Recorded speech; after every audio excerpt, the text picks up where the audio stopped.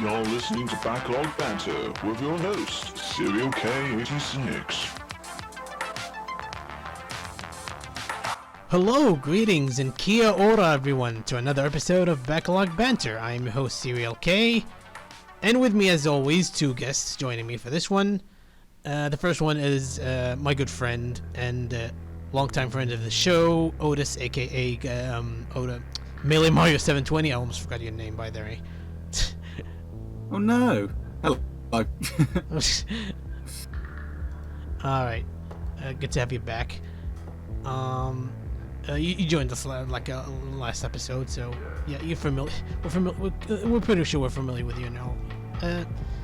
But let's introduce our second guest. He joined us. He joined us like nearly 2 years ago, and he joined us only once. And that's about it. But he wanted to be back in the show for quite a while, and I'm happy to have him back. So yeah. For our second guest will be Logan, aka a guy that loves pooping. Welcome back, man. Yeah, excuse the mic quality. It's there was some long story short technical difficulties. Well, I'd make do with this. So yeah. Yeah, that's fine. That's fine. It sounds a little bit potato on our ends, but at least it's acceptable. We can still hear you. If it's stable, it's fine. Yeah, it's still audible. Not the website, the quality. Yeah, this show is not sponsored by Audible, by the way. So yeah, we have both Otis, like always, and Logan back in the show again. So before we talk about our picks, let's get to something we can't ignore. It's hard to ignore, really. And that is this year's, not E3, 2022. Just like AVGN says, where's the E3? Where's the 3? Where's the E3? Where is it? I don't know, so F it. As he would say. Yeah, I almost forgot it was even on, truthfully. Yeah. And it was scattered. It was, even though it's not E3 in name, summer has become pretty much synonymous with the big game companies and publishers talking about showcasing their upcoming games. So there were a few that caught our interest for this one. I'm gonna start first. I took this from multiple events happened throughout June. For the first one I think this one was shown on the PlayStation State of Play. I think, I'm not sure. Either that or the. Oh wow, that was part of it. Huh. Yes. Wow. Yeah. So it felt more spaced out from the others. It was throughout this month, but yeah, it was a little scattered, but yeah. So the first one was, I'm gonna start with new IPs, because there's not much to talk about them. The first one is Stray. It's an indie game about a cat roaming in a town inhabited by robots. And like I said, it's an indie game, but it almost looks like a AAA game. You know, it's 3D graphics and high quality and stuff like that. And it is getting a physical copy on PS5. Really? Yeah. Full box art and everything. You could look it up. I had no idea. Is it on PS4 as well? I don't actually know. I mean, a lot of these games are cross-generation, but there are some where it actually catches me off guard when something is PS5 exclusive. Yeah, I think it is cross generations between 4 and 5. Okay. Yeah. There's not much to talk about it, but like I said, interesting setting, interesting.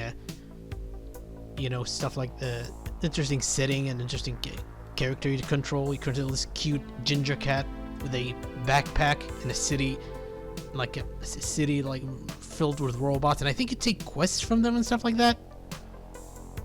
It reminded me of what was it? Tokyo Jungle, which I have a copy on my shelf. I still need to play. I think I'm not saying, probably not the survival aspects, but more like the you control an animal in a city aspect. I think that Tokyo Jungle game just turned 10 years old. Nice. Yeah.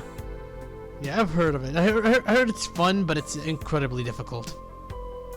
I could only get my hands on a Japanese copy, so I'm probably gonna have to struggle with the language barrier when I get to it as well. And a US copy physical is like $100, so screw that. And I think it comes bundled with other games like Fat Princess and stuff like that, which I wasn't particularly interested in. So yeah. Anyway, yeah, Stray. So yeah, that looks good. Yeah. Okay, and just won't be able to play it for a while. Probably. Okay, so the next one is it's an indie game, but it's also an indie game. This one is called Metal Hellsinger. It's like Doom but with rhythm.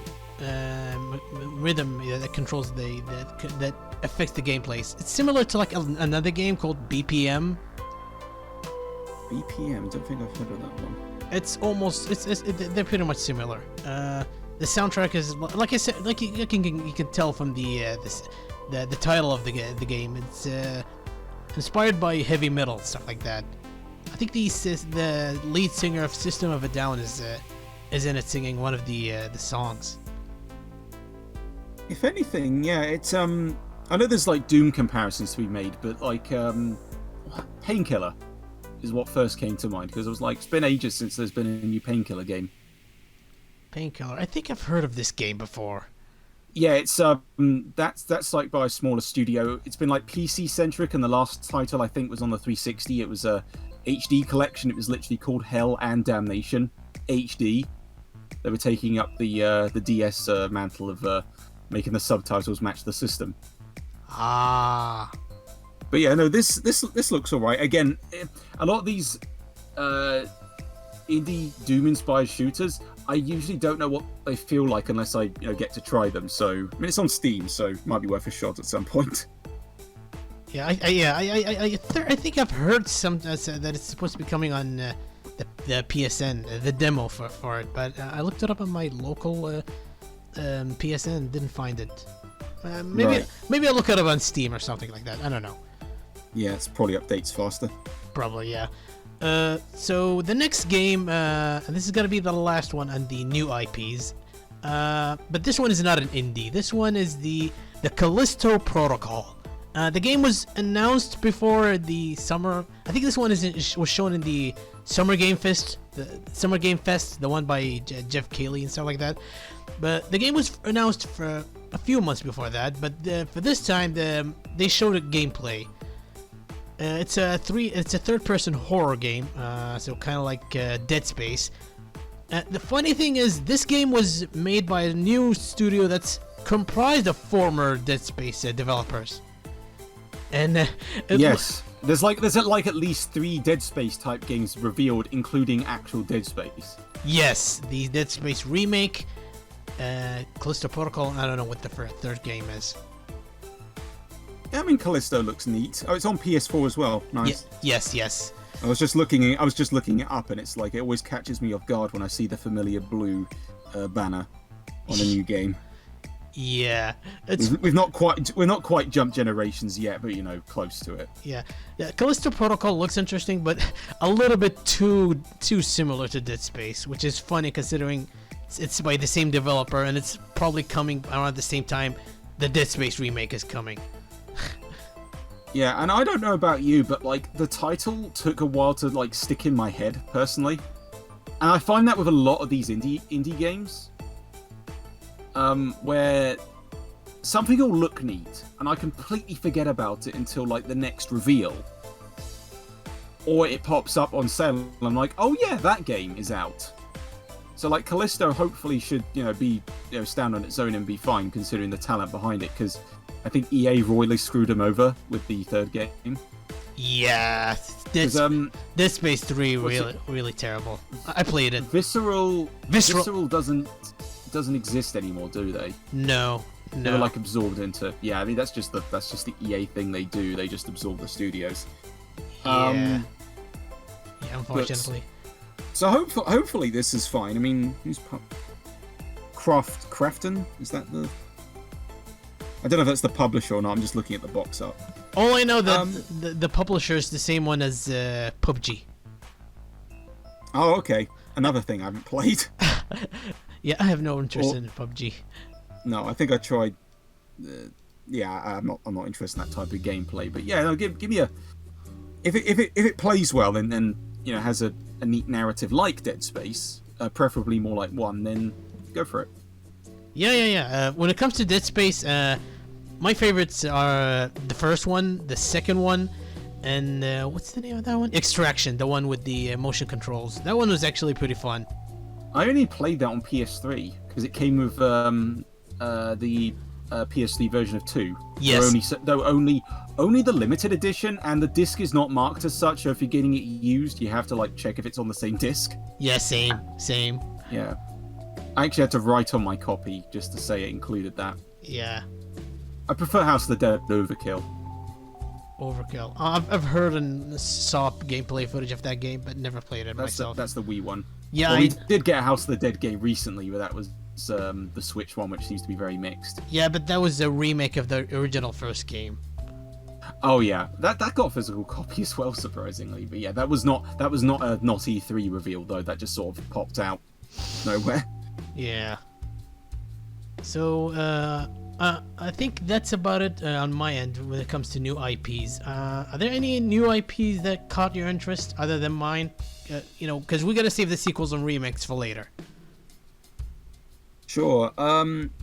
Let's scroll through. Oh, there was an HR Giga inspired looking game called Scorn. That looked interesting. Okay, I think I've heard of it. Yeah. Yeah, so Scorn, which is HR Giga inspired, that looked neat. It looked more like I don't know, just like it's very close to the Giga style, to the point where it's like are they allowed to do this? Oh yeah, because there's a lot of not so subtle phallic symbol shapes when it comes to monsters. Let's just hope it doesn't end up like oh god, what was that? It was a game I saw on sale for 79p. It was Agony. Apparently that's absolutely awful. Oh yeah, I've heard about that one. The one with set in hell and stuff like that. Yeah, apparently it just does not play well. So I hope Scorn does not end up like that. Oh. Because the hell setting looked interesting. Yeah. Just that. It wasn't like a shooter. It was strictly puzzles. But yeah, like the PC version is like the uncensored version. It was like heavily censored for consoles. But yeah, even for 79p, I was not going to buy that on Xbox One. Because apparently it barely functions as a game. So yeah, fingers crossed the programming actually works. And mentioning like Routine was another one, which looked inspired by Alien Isolation and Terminator. Routine. Never heard of this one. Yeah, it's like it's got that sort of low-tech VHS look that Alien Isolation had. Ah, okay. And you're kind of sneaking. Actually, yeah, there was a Terminator game. It was like Resistance. Apparently, that one was all right. Yeah, considering it's from the same developer that made that Rambo game. I guess they really wanted to make a good licensed game, so it was like, hey, let's do that. Yeah, I think in a way, they kind of redeemed themselves after that one. Yeah. Though, yeah, it's all mostly been first-person stuff so far, but, like, there was a platformer that stood out. It looked like platform. It was called American Arcadia. American Arcadia. I think I've heard of it. I've seen a trailer of that one. I think it's like set in, like, a 70s, like, futuristic city, and that's like an... it seems to have elements of Bioshock with, like an overwhelming presence that sort of like overlooks everything and is equally sinister. So it looked interesting. Yeah, I think also the plot kind of reminds me of The Truman Show, that Jim Carrey movie. Hey, it's about time a game is inspired by Truman Show. Yeah. That's long overdue. But yeah, no, I'm into that. That is something I would try. Because some of these reveals were actually advertised as being like, on Game Pass, day one and such, but I don't know if that's one of them.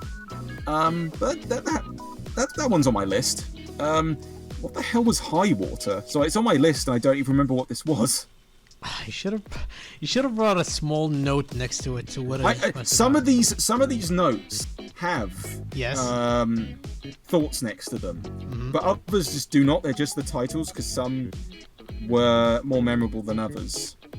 Hi. Okay, I got High Water London, which is not what I want. I never heard of this. I don't know what that is. 3D adventure game with. Oh, it's.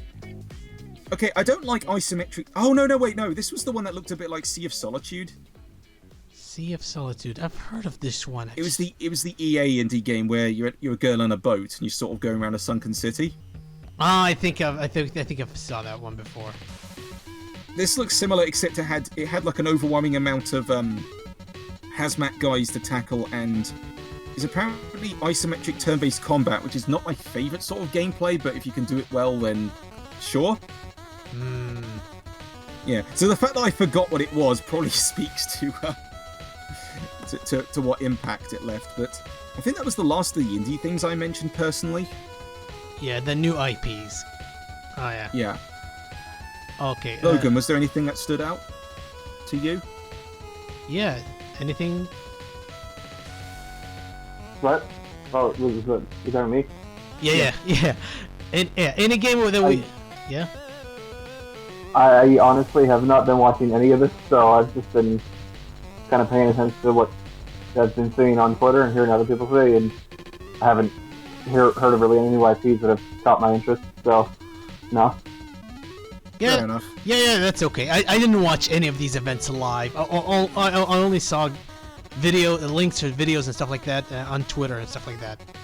That's pretty much that. Yeah, truthfully, given how sometimes it's very disappointing a lot of these events can be, I don't blame a lot of people for skipping out on them.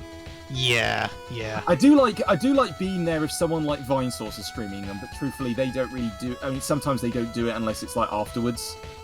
Because unless it's like a particular like shit show, they won't hear about it until like the memes afterwards. But I'm fine watching it with someone like my brother, who's just sort of like we sometimes riff on it, but other times it's just too standard. Like yeah. But being the last of the indie stuff, yeah. Was there anything not on that list that I mentioned? On my end, like I said, all the new IPs, indie and mainstream, I'm pretty much done. But I think that's about it on your end as well. Yeah. Okay. Because the only thing left on my list are like the sequels, but that's separate. Yeah. We're gonna start with sequels. I'm gonna start first. So the first one was kind of unexpected, that came out of nowhere, in my opinion, and that is Goat Simulator 3. Okay, so initial confusion. I don't think Goat Simulator 2 was a thing. Is the fact that it's called 3 a joke? The joke part of the joke? Because I'm genuinely confused. Yeah, I believe so. Yes. Yeah. Because there were like a shitload of expansions. Yes. Yeah, the game came out on almost anything, everything. I only played it briefly in 2014 on my PC. For like a couple days, but after that I drop it. Yeah. An obscure reference here. I think the trailer was supposed to be spoofing Dead Island 2. Yes, I noticed that as well. I was thinking that shot is very familiar, but like the graphics were way worse because of course you're not supposed to see Goat Simulator NPCs up close. Yes. Like the joke is everything looks awful. I mean, I wasn't particularly into Goat Simulator because I find games where the physics go wrong unintentionally funnier, personally. That's just me. Game. Excuse me, what? I said I'd be lying if I said I didn't enjoy the game. Okay, Goat Simulator, that is. Okay, you didn't. Fine if you did. Yeah, I just didn't particularly find a lot to grasp for. I'm on Game Pass, so I'd consider like a rental game myself. That's just me. Yeah, it's only fun if you're gonna if you're a streamer or something like that. Yeah, it's a streaming game. You know, if you're gonna play it alone, you're gonna get bored of it like one or two sessions, and that's about it. Yeah, because it's the fact that it's called 3. The fact that I wasn't sure if that was a joke or not kind of lends to the fact that okay, maybe this game's humor isn't gonna click with me. Sometimes that can work, other times it's just confusing. But yeah. Hey, at least it stands out because heck, we're talking about it. So. Yeah. It wasn't really gameplay. It was just like, here's a cinematic shot using the in-game engine. Yeah, exactly. So, but we all know how Goat Simulator plays. So I don't know what else they would really add. I guess. Yeah, pretty much. Same here. So, moving on. This one was rumored for a while, so it's not a complete surprise, but I'm glad we finally got a confirmation for it. And that is the Resident Evil 4 remake. Yep. Absolutely, yeah. The fact they're so good, they revealed it twice. Yeah, they did that. Because I didn't know the Capcom reveal was even a thing until like a day beforehand. Well, actually, the same day it was out. Because my brother's a big Resident Evil fan, and I had no idea how a remake of 4 would even look. So it is interesting seeing it in motion, but man, like the tease of more gameplay followed by like I'm not kidding, like I would say like a couple minutes more of extra footage. It's just like, damn, I just want to see some actual like shooting gameplay because I don't think they show much of it. Yeah, it's pretty much Capcom's most successful Resident Evil game in my opinion. If I'm not wrong, it's either that or 7 or 8. Yeah. One of those. So I know that they. Oh yeah, I'm guessing 8 and 7 must have sold as much as each other. Yeah. Yeah. But I haven't played the remakes of 2 and 3 yet, but like they look like very quality titles. I haven't even played 8 yet. But some people are concerned again, like my brother, where 3 was sort of felt like a rushed product because they cut bits out of that game's narrative. So we don't know. I mean, hopefully it ends up like a more complete package like the 2 remake. Because if it plays the same way, that's good. Because they're really making use of that RE engine so far. Like pretty much every title with it has been like absolutely Yeah, especially polished. Yeah, especially Devil May Cry 5. It's just so weird seeing a DMC game like sort of semi-realistic after so long. But yeah. Sorry, you go first. Yeah, well, I was gonna say, I'm gonna be completely honest. I grew up hearing a lot of Resident Evil from my friends and stuff like that, but personally, I've never played a single game in the series. However, say 4 is a good intro, or maybe the remake of 1. I actually own a collection of 0 and 1 remaster of of 1 and 0 and 1, and also the remaster of 4. Those are the only Resident Evil games I own, but they're in my backlog. But I want to. Oh yeah, 4 is very much worth it. I couldn't get into RE1 myself because I'm terrible at puzzles and resource management. So I would say 4 is the one that will happily stand on its own and is a good intro. 1 is the remake of 1 is, I appreciate it, but if I were to play it, I'd have to have someone guide me through it because I'd get lost constantly. And also 0 looked like 0 was apparently crap, so probably avoid that one. Yeah, probably if I ever decide to get into the series, I might save 0 among the 3 games I have. Resident Evil, the Resident Evil games I have, I might probably save 0 for last, or probably after 1, maybe. Yeah, and also RE2 remake is also apparently a very good intro as well, because 2 is like considered one of the peak titles. Yeah, I was gonna say that was I played the Resident Evil 2 remake, and that was my first game in the series, and I thought it was great, and I've been meaning to play the others, particularly 4. Yeah. 5 is an interesting co-op experience, from what I heard, although it's very, very corny. And 6 is a complete mess. I finished it anyway. From what I've heard about 6, it's a great action game, but a terrible Resident Evil game. Yeah, it's like impressive amount of content, but it's almost like too much. Like, but then also like 7 and 8 are good ones. In fact, like 7, there's a lot where you could just kind of almost any RE title can be your first. So, have at it, really. Yeah, I think Logan wanted to say something about the Resident Evil. I was gonna say, I think that the Resident Evil 4 remake is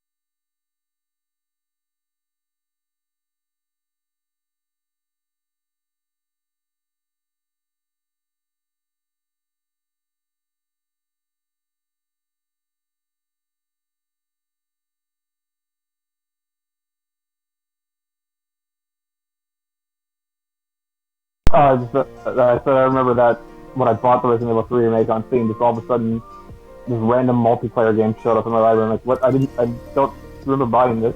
And I looked at the page and I think it said overwhelmingly negative reviews. So I'm like, yeah, I probably won't play this. How can it get overwhelmingly negative reviews if it's not been released yet? Wait, the multiplayer? The multiplayer's not even out. But hang on, let me It's take a look at it. no, the multiplayer for RE3 is, but the multiplayer RE-verse that came with RE8. Oh no, I'm talking about the Resident Evil 3 one. Oh right, sorry, my mistake. That's confusing. Why would you have two multiplayer RE things going on at once? I don't know, whatever. It's Capcom. Mostly negative, but still. Okay. Yeah. Like it seemed potentially fun, but yeah, if it's the RE2 team doing it, then if it's a full-bodied 4 remake, then cool. Just do that. And people are hoping for like a recut of 3 where they add back in certain scenes. Apparently there's like a clock tower scene that was pretty famous. So I'll have to see. I plan to play both the original and the remake of 3 at some point. So then I'll decide for myself which one I think is better. Fair enough. I want to as well, honestly. We own all of them, but yeah, it's just it's mostly my brother's collection. One last thing we could talk about the 4 remake before we move on. I've heard some people, having discussions about if this remake is necessary, because some people say the original Resident Evil 4 is fine as it is, and it doesn't need a remake. And if there's any game that needs a remake from the scratch, that would be Code Veronica. Oh yeah, because from what I've seen of that plot, Steve looks like the absolute worst RE character because he seems very annoying. Yeah, I noticed that as well. So that story seems to have potential. So yeah, I can see why people would want that. Yeah. Yeah, absolutely, because I tried to play it, I just didn't, again, the puzzles just stopped me, because it's like, oh, you're in a graveyard, trying to pass through the graveyard, and then all of a sudden, there's a security gate, so it's like you have to, like, drop items to yourself through it, and that's the kind of crap I couldn't deal with in Zero, so I just kind of stopped. Yeah. Barely a few minutes into the game, and it's like, if you can easily fix that, and just make it like the 2 remakes, and it's like, hey, I want to know what this crazy narrative is about. What's up with those weird twins? Yeah. Because, like I said, people were saying Code Veronica deserves a remake better than 4, more than 4. But let's face it, 4 is getting the remake because it's one of the most successful games in this series. I mean, Capcom remastered and ported for like 100 times, at least. I mean, if there's a console out there, it has a Resident Evil port or remaster. They still haven't ported the PS1 ones to any modern format. I mean, there's rumors of a collection like that, but I don't know if they'll do that. They might just end up adding them to the PS5, PS1 service, probably. Well, we don't know. So yeah, Resident Evil 4, personally, I can see both sides of why it deserves to be remade and why it doesn't. So I can see it a bit, I can see both sides of the argument about this game, about its, about whether it should be remade or not.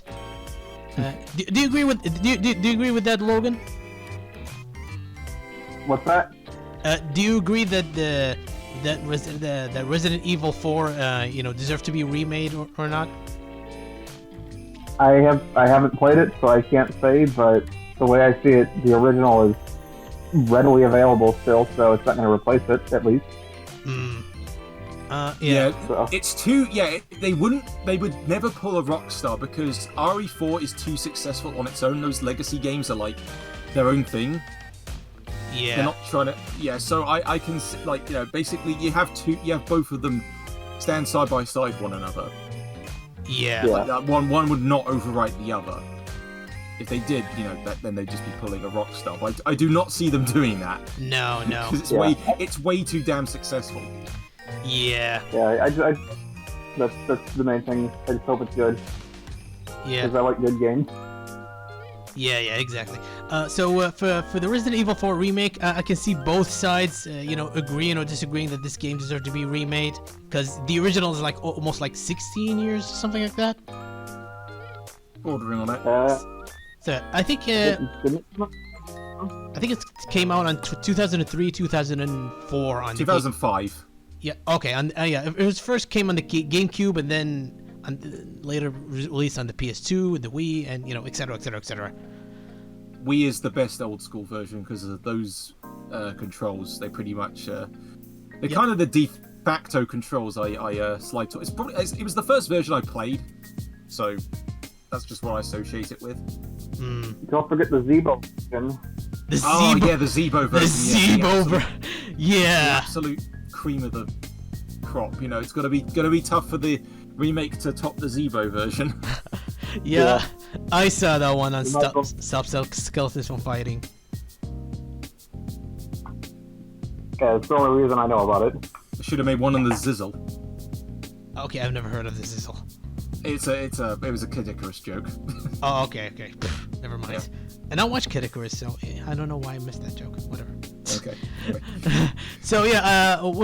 In conclude, okay, at least with the remake, it's gonna be only on it's only gonna be on current systems. So Yeah, PS5, no PS4 version. So technically, technically I could play it on my new PC, but this new PC it's primarily for video editing stuff.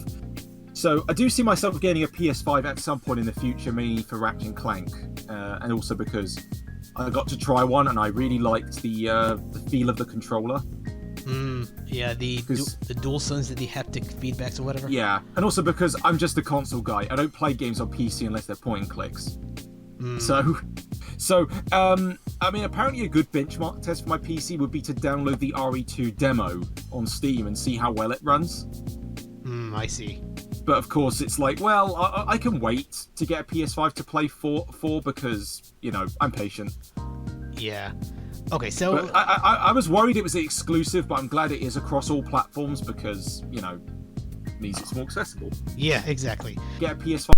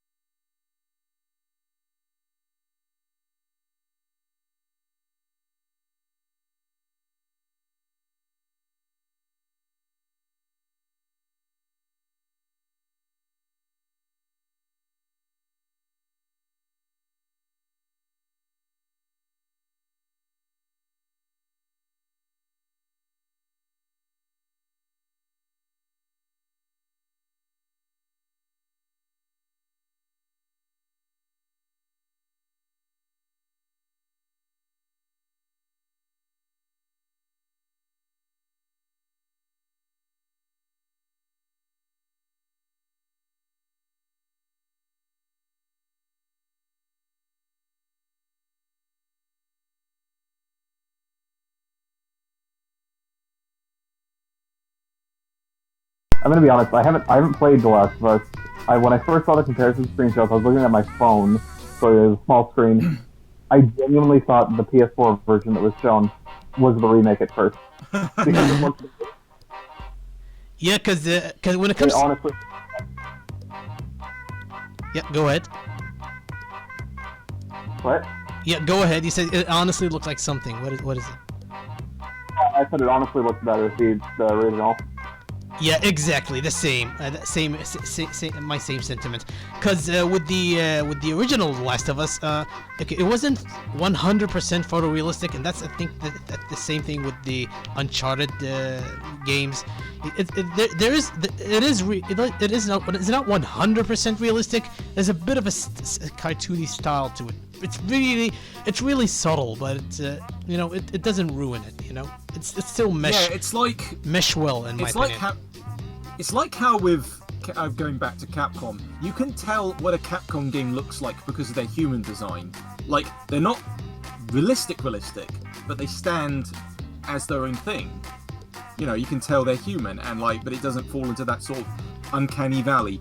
The remake, from what I can tell of Last of Us, isn't quite like uncanny valley, but it just looks like there's a weird disconnect. I don't know. It's it just seems more like a tech flex than anything. Yeah. Because I'm sure it would play fine, but I haven't played Last of Us Part 2 yet, but Same. from what I gather is they kind of do this thing where they add unnecessary detail to the point of it detrimenting. Apparently there was some thing where an example of a chair spinning when you bump into it or something. It's oh, we got to have that detail in, and it's not most players wouldn't care. Yeah. And it's just unnecessary fluff, basically, and it's weird because the fact that they're calling this part 1, does that mean later down the line they would end up remaking part 2? Oh god. For PS5 because part 2 is a PS4 game. And that's another thing actually, because as a PS5 game, apparently this is going to be full price, £70, and the Uncharted games, only 4 and Lost Legacy. I think it's Lost Legacy. Those are getting a PS5 re-release, but it's only £25. Still unnecessary though, because what they should have done is made the PS4 originals backwards compatible with an upgrade. Yeah, exactly. When they're backwards compatible, you just don't get to upgrade them because they literally look the damn same. Yeah, exactly. It's just the price point. Basically, I don't think people would have. It doesn't seem as money grubbing if it wasn't released as a full price game, because it's not. It's a remake. And I was mentioning the quick turnaround. It's literally all the same voice lines, the same motion capture. Yeah, it's only graphical and gameplay. That's graphical differences in gameplay. That's got to be improved. Yeah, so it's just the fact that okay, sure, it feels like it's coming out quickly, but of course it's just well, it just feels. Yeah, it's just an air of unnecessariness about it. Yeah, exactly. So if you can play the remaster on your PS4, PS5, then there you go, you got it already. Yeah, just probably the better experience. Yeah, just play the remaster. Even if you never played the original, just get the remaster. Don't bother with the remake. It's $70.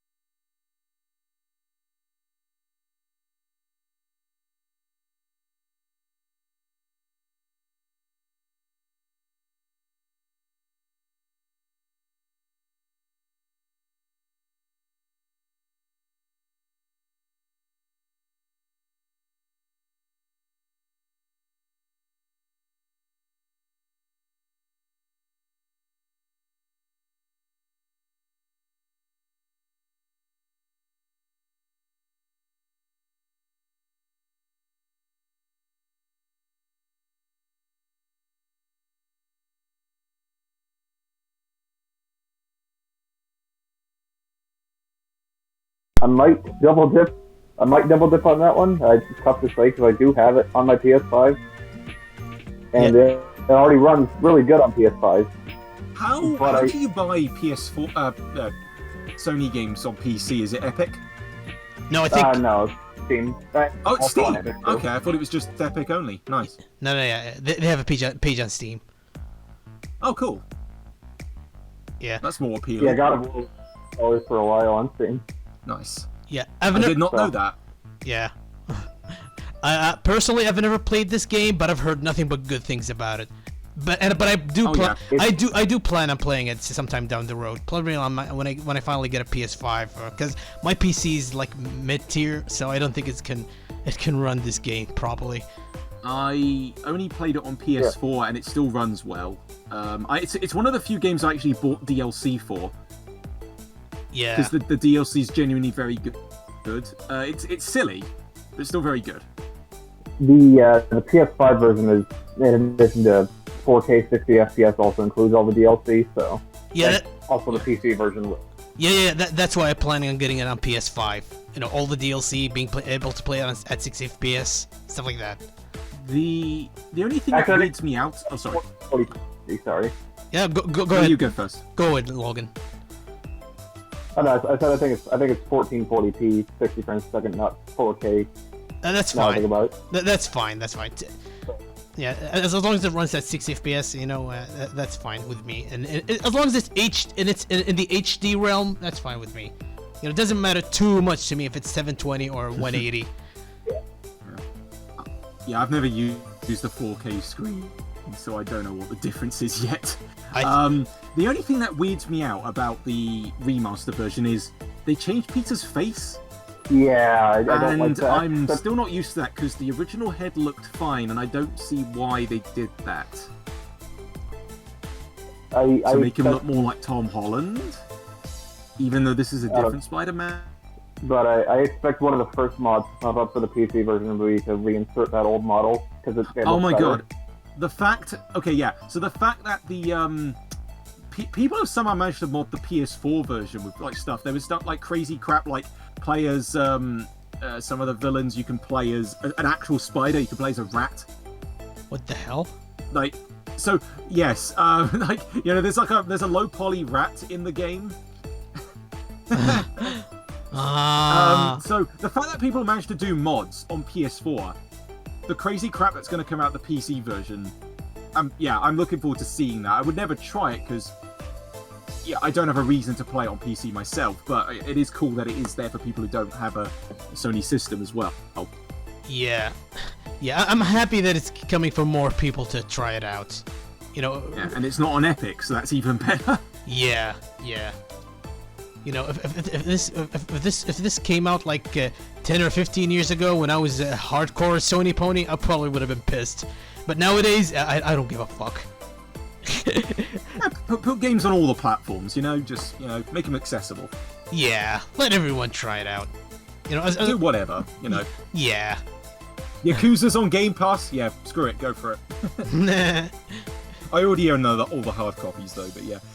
Same here. Except Judgment, Lost Judgment, and Like a Dragon, but that's about it. Yeah.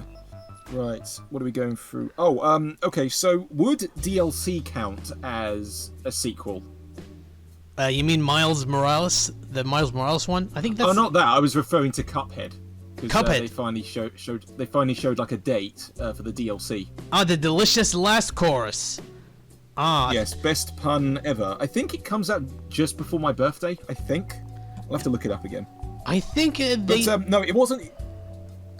Yeah, I think it was. I think it's like its own standalone expansion. It was originally going to be a DLC, but they decided to make it a standalone expansion, and then eventually Studio MDHR, I think they called. I think they're gonna release both games as one Switch, one box Switch cart. Oh, it's literally on my birthday, like June 30th. That's great. Ah, that's amazing. Sweet. I was gonna grab it. I was gonna grab it on sale, but of course I wasn't sure if they would do a bundle with the DLC included because I own Cuphead on GOG, but it's more the sort of game I think I'd play on Switch, truthfully. I just bought it on GOG because it's a DRM-free version, and there's no hard copy yet. I mean, I wouldn't be surprised if they ended up doing some sort of a cartridge thing later down the line, but I'm fine getting it on like the eShop or just double dipping on PC. Yeah. Like I've said in the previous episode with Palette, I've never played it myself, but I like the art style. So maybe when it Oh gets... yeah, big ass discussion about that. Yeah. Yeah. We did a discussion about it about accessibility and stuff like that. Maybe one day when it gets a sale on Steam, I don't know. It was like it's not even that much by default on something like the eShop. In fact, as a portable game, I could imagine, just taking it with me if I'm on the train or something. Just try to beat a level while I'm traveling. If I don't, oh well. Ah, I see. That's probably... It seems like the sort of game built for that. There are certain games where if it runs well on Switch, I would just opt for those versions. But yeah, there's not really much to say because it just revealed a date, a little more gameplay. It was just a boss battle. But yeah, no, I'm down. Especially just the date surprised me genuinely. But yeah. Yeah. Let's see. Oh, there is another remaster actually. Oh, what's that? Crisis Core. Crisis Core. Oh, yeah, the Final Fantasy PSP game. Now, a lot of the I didn't realize how many damn FF7 games there were, and that's a weird sentence to say. I only know about 3. The original Crisis Core and Dirge of Cerberus for the PS2. Oh, I should rebuy Dirge because I had no idea what was going on. Yet it was a third-person shooter, so I got slightly further in it than I did actual FF7. Yeah, it made no damn sense. There was a cat.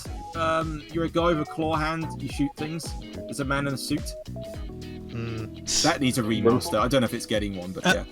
But no, Crisis Core is a weird one because it was stuck on the PSP for ages. Yes. Yeah. I believe Logan has a history with this series. Oh, go for it. Yeah. Yeah.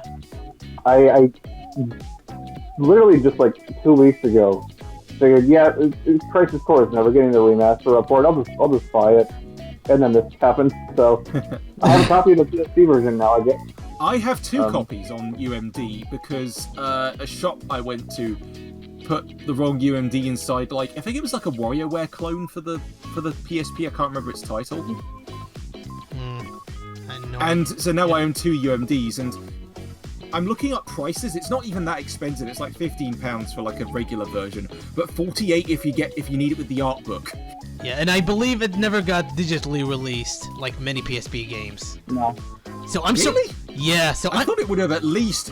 I thought it would have at least been. Oh, that means PSP Go owners were out of luck, or Vita owners. Jeez. Yeah. Well, this is one of the few you can't play on Vita because it was physical only. Yeah. And that's so weird because I thought every PSP game ever was.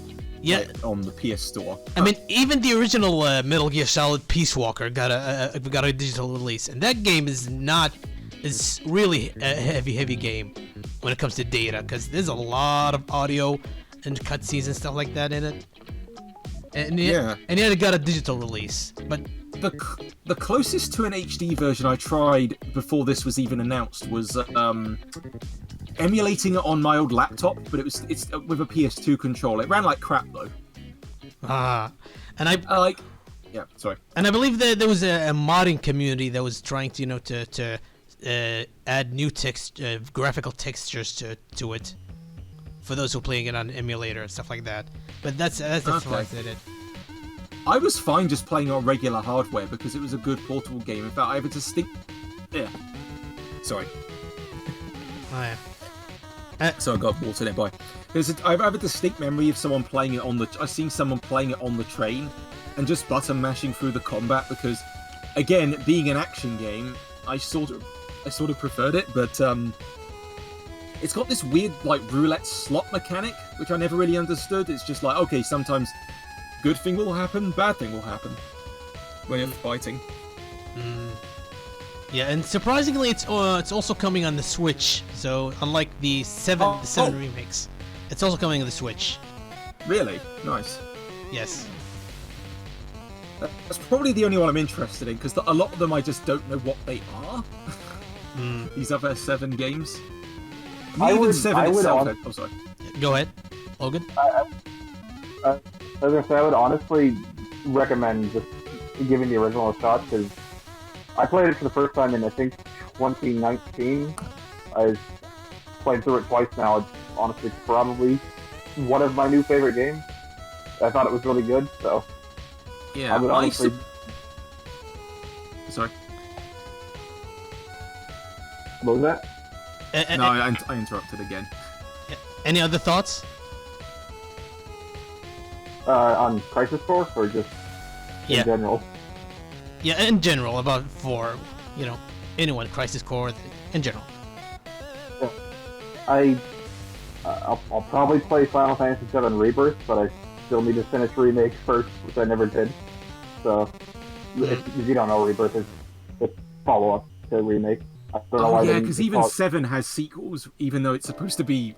It's like 3... There's going to be like 3 parts. It's like, how big is this damn game? The thing is, what they did is Final Fantasy VII Remake only covers about the first 4.5 hours of the original. Oh man! So that's why it's in parts, is because they're slowly working their way through the game. That's complete. That's insane. That actually had me concerned because, like I said, it's like the first 4 to 5 hours of the game, and it's a 40-hour-long game. And I'm thinking, how did they extend the story that long?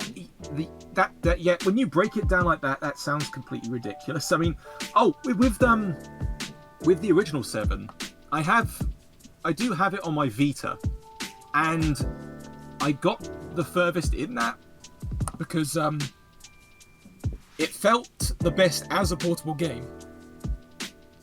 Because I don't know, I think when I was trying it on my PS3, I just couldn't get into it. But when I was just casually playing it, when I was casually playing it portably, it was fine. I got further. I mean, I think last time I played it, I was up till this marching band segment.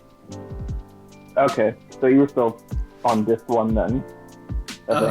Yeah, it's because I thought it was mostly a linear game. Then I saw the overworld. I was like, oh no. I know that shouldn't be a bad thing. It's just that, again, I'm crap at turn-based RPGs. So it'd be like, where do I go next? I guess maybe that's the thing, is I already knew I liked RPGs, so for me, I got into the game within like the first 10 minutes. I was like, yep, I like this game. So yeah, you didn't you didn't have a harder time with it like Otis did. Yeah. Like, it wasn't a breeze on Vita, but I kind of understood it more. I don't know why. I don't know why playing it on a handheld made such a difference. But, I mean, at least it's on the Switch as well, so that's probably the closest to playing on a Vita, because, well, truthfully, no one's really using Vitas outside of modding now. Yeah. Actually, speaking of Vita, I mean, is this a good time for a segue to another RPG that's getting a re-release? Sure, why not? Persona. Yeah, Personas. Yeah, the Persona. 2, 3, and 4. Yeah. Yeah. Not 1, 3, 4, and 5. Oh, okay, never mind. Yeah, 3 is ridiculously rare on PSP. It's like £100. Yeah, I've heard of that. And the fact that this doesn't have none of the 3, 4, 3, 4, and 5. None of them have Switch or PS4 versions yet. Yet Golden came out on Steam, yes, as well as after Vita, and it's like there's still no console version. Yet they will put the beat 'em ups on other systems. Like, their release strategy doesn't make any sense. Yeah. It's just like, what? I mean, I'm only a casual fan because I like what I tried of Golden on Vita, because the PS2 version, honestly, I couldn't even beat the first boss on PS2. So the fact I could on the Vita version was like, okay, they must have made some difficulty adjustments here. Yeah, probably. But it's just, and all 3 are coming out as part of Game Pass, but truthfully, I think the only one I'll play on Game Pass is the 3rd one, because I know the least about it. 5 I want a hard copy of, because it's not even that hard to find on the PS4, but it is cool that it is on the Pass as well. Yeah. Because that's the thing they do with Persona games. There's like one initial version, and then they do like a version with like a crap load of extra stuff. So those are the only versions to really go after now. Yeah. That was exactly. That was all 3 games, I believe. The 3 and 4 and 5. I got 3 months of Game Pass, so I don't know when these releases are even coming out. So I might be able to try a little bit of 3. It's just that a long RPG on what's essentially a rental service doesn't seem like a great fit, but for me personally, because I prefer, owning the big game itself. But it is cool that it's there, because it would determine if I like it or not. Yeah, exactly. If it's a game you're not 100% sure you want to own it, you could just try it on Game Pass and be the judge. Yeah, I did that with Guardians of the Galaxy. Love it. I grabbed a hard PS4 copy. Oh yeah, I think. I was only 2 chapters into the Xbox One version, but it's like, this is so much better than that crappy Avengers game that it's like bliss. Yeah, I've heard about it being really good. Yeah. I'll save that for a future episode. Yeah, it's okay. So for the Persona, I believe Gumshoe is a big fan, so he's gonna really love the news. I think I've seen his reaction on Twitter. He's a big Persona fan. I think I saw it on my timeline at one point. Yeah, I think he recently, or almost done with the Persona 4. Was it Golden? Yeah, it's Golden. Golden, yeah. He was streaming it on his Twitch. Yeah, I owe it to myself to finish at least 4, because I would tackle 4 and then get to 5, even though I know that these games are not connected story-wise. I want to finish one big RPG before another, basically. I should ask... not start up another. I've never played any Persona game, but I should ask Gumshoe one day which one I should go with. From what I gather, I mean, he might say the same thing, but he might say different. 4 seems like the all-around. 4 or 5 seem like the more accessible titles. 3, I think, was made when they were starting to sort of get the new formula. Because if you look at Persona 1 and 2, they're like these weird PS1 first-person RPGs. Yeah, not too different from the original Shin Megami Tensei games, because Yes. Persona is a spin-off of the Shin Megami Tensei games. Which I forget sometimes. It makes it kind of tricky to put it on a shelf when it says Shin Megami Tensei, so I just put Persona under Persona. Yes. Like, makes it easier to find, basically. Though the spine just says Persona, so. Yeah. But yeah, anyway, as a thing that's happening, that's neat. But of course, I'm only casually a fan of the series. Yeah, we'll see one day when I decide to finally. But yeah, it caught my interest a couple times, the Persona series in general. But we'll see. One day if I've decided to finally, make the leap, I'll see which one, either 4 or 5. Who knows? So, is there any other, remake, remaster, sequel I want to talk about? Because there's one, there's one that involves a blue hedgehog, but we want to save it for last. Probably that. I mean, there's another Capcom game. There was Fighting on the Street 6. I mean, Street Fighter 6. Yeah. Now, I'm not too much into Street Fighter, but honestly, this one did sort of catch my attention because it had what looked like a hub world. You could do Hadoukens in it, and it's like, what? What is this? You can do Hadoukens and moves, fighting moves. Well, no, in the trailer, a guy was doing a Hadouken to a little. He was uppercutting a can. A can. No, if it's a barrel. If it's an uppercut, that's a Shoryuken, not a Hadouken. My mistake. And I don't know these moves. I don't play Street Fighter, and I know that difference. Yeah, I was like, wait a minute, am I saying the right move name? It was Ukens. Okay. Anyway, but yeah, it looked neat. I mean, apparently 5 was pretty divisive because it shipped with a lot of missing content. Yeah, from what I've heard. Yeah, go ahead, Logan. I just said, I remember that. Yeah. From what I've heard, 5's launch was terrible. From what I've heard, but it got improved later as time went on, and it got more content. Yeah, it was like PS4 and Steam only, no Xbox One version. Yeah. So it's Wait, like, really? Yeah, no, it's I think that sort of put off a lot of people because like previous Street Fighters were multi-format, like 4 was. port. Like it was on like 360, PS3. It was even re-released on PS4, Xbox One, digital. Huh. Yeah, when it... So, yeah, that's... Go on. I just thought I didn't know that wasn't on Xbox One. I always just assumed it was. Yeah. It surprises me when something isn't on a certain format sometimes. I mean, other times it's, you know, if it's an exclusive, fine. But yeah. The, like, as I say, I'm only, like, mildly into fighting games, because if there's, like, a funny, like, stupid story mode, I'm kind of into it. But, like, I only know these things casually. Like, as I say, I don't know half the move names. I can't pull off moves. The fact I did do Hadouken once was a complete accident. I know it's like left, right, and then a button.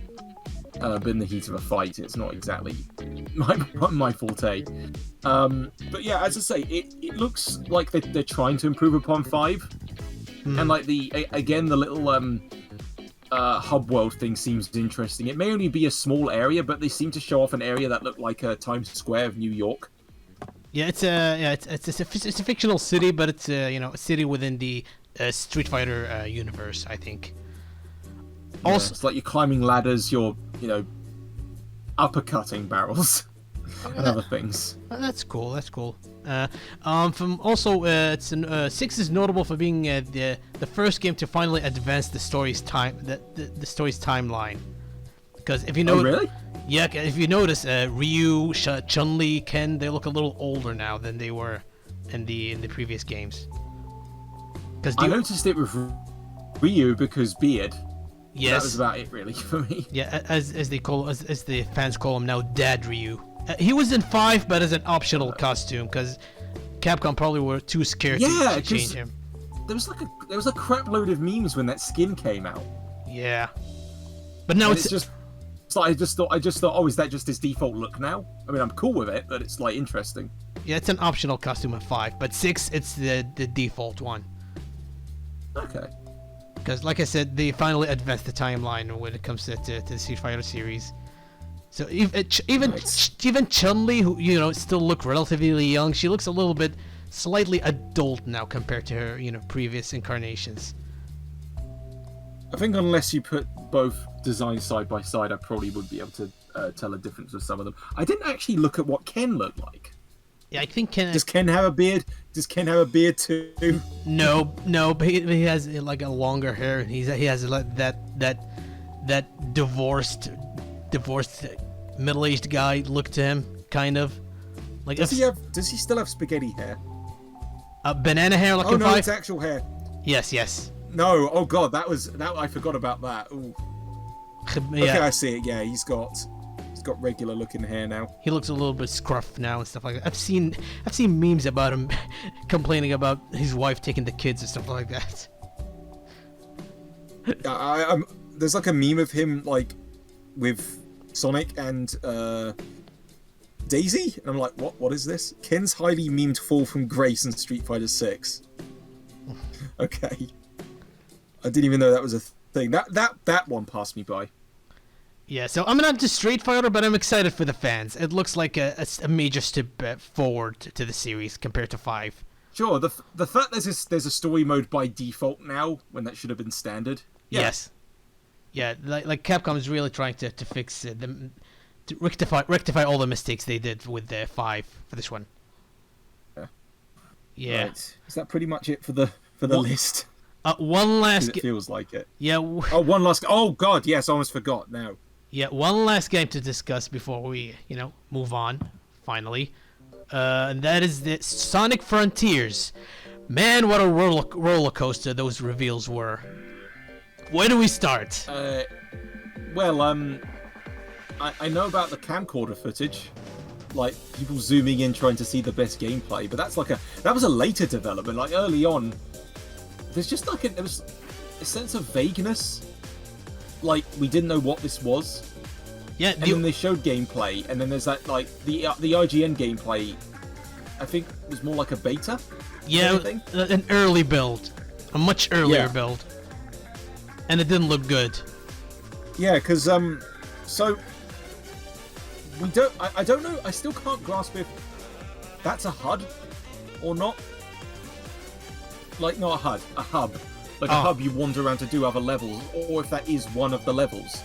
I don't know, but all I know is that it's gonna be open zones, like they said. So I think it's kind of open world, but not. Oh no, I remember that quote. It's just like, yeah, and apparently it's not gonna be like delayed or anything, or it's Yeah, then because when's it?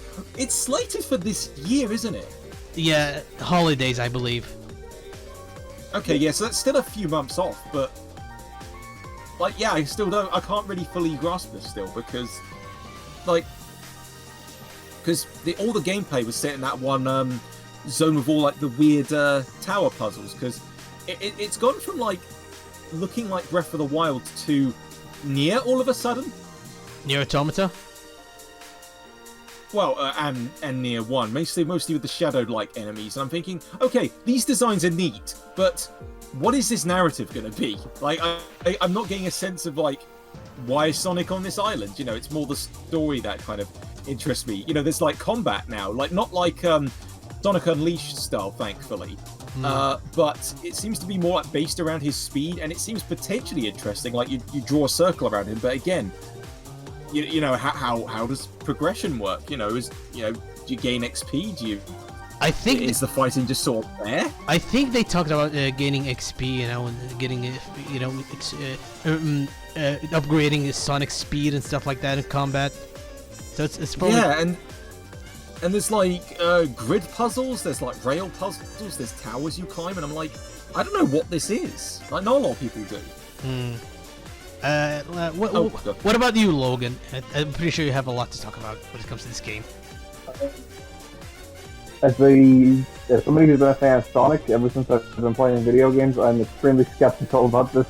I can't blame you. And that's somebody who's also defended some of the games, a lot of the games, except 06, not that one. but I don't know. This is one of my favorite video game franchises, and so I want to be excited for it, but I'm not. I will say some of the more recent gameplay that's come out has looked better than what IGN was showing. Absolutely. But still not great. Yeah, I need to catch up with a lot of that newer stuff, and like again, it was mainly the enemy designs that were interesting me because I'm like, okay, these look weird and neat, but you know, what is this bizarre? What is this bizarre vagueness about it? It's just very strange. I guess they're trying to keep things under wraps, but not doing it in the right way. Maybe. All I know about the enemy designs, that one looks like a phallic symbol, and another one, some people got horny for it because it looks kind of like it has childbearing hips. It's starting. Oh God, I saw that. I was like, okay. It's starting making fan arts about it. Yes. It's like Christ. Yeah. I mean, it's funny. It's just like really how quick are people to draw? But anyway, no, it's yeah. So the fact that it's like it's not because it feels like a next year title. Yet no, it's like it's holidays this year, and it's like sure, we're still a few months off, but there should be more like concrete, a more concrete sense about what this is, how this plays, because again, you know, I mean, I know narrative is not exactly important in a Sonic game, but it's like, I like a little like platformer story to follow. I'm just thinking, what's this island? What's this here? Are there other Sonic characters that are going to show up? We don't know. Apparently there's fishing in the game. Yeah. And everyone's made the Big the Cat memes. Yeah. Oh. So it's like, if Big the Cat does not show up to fish, lost opportunity. I mean, he's going to appear in Sonic Prime, the new show, but... that's another thing that's like super vague as well. Like, what is with Sonic and vagueness as of sudden? It's like, the clips they've shown, they don't show anything. No, anything. No, it's just like, hey, here's a 1 second like bit. Oh, here we go. Bye. Yeah, exactly. That's it. Yeah. But I just feel like it's like they're afraid to show more of it, and it's like, why?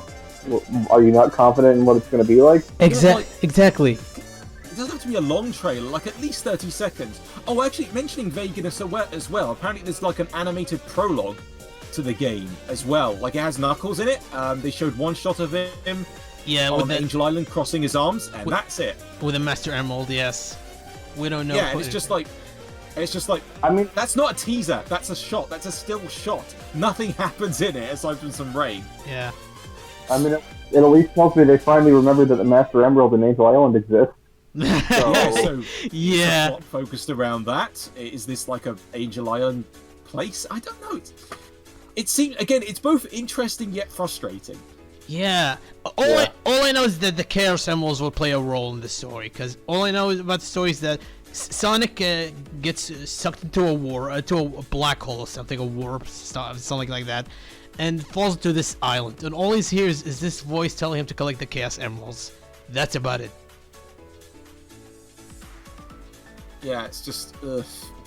But yeah, I mean, platform-wise, if I were to ever play this, which I likely would, just well after it's like relevant, because I don't get Sonic games at launch, considering their very mixed reputation. The Switch version I don't see running well at all. Yeah, I doubt Truthfully, it. Yeah. because I'm like, Yeah. this doesn't seem like a Switch game.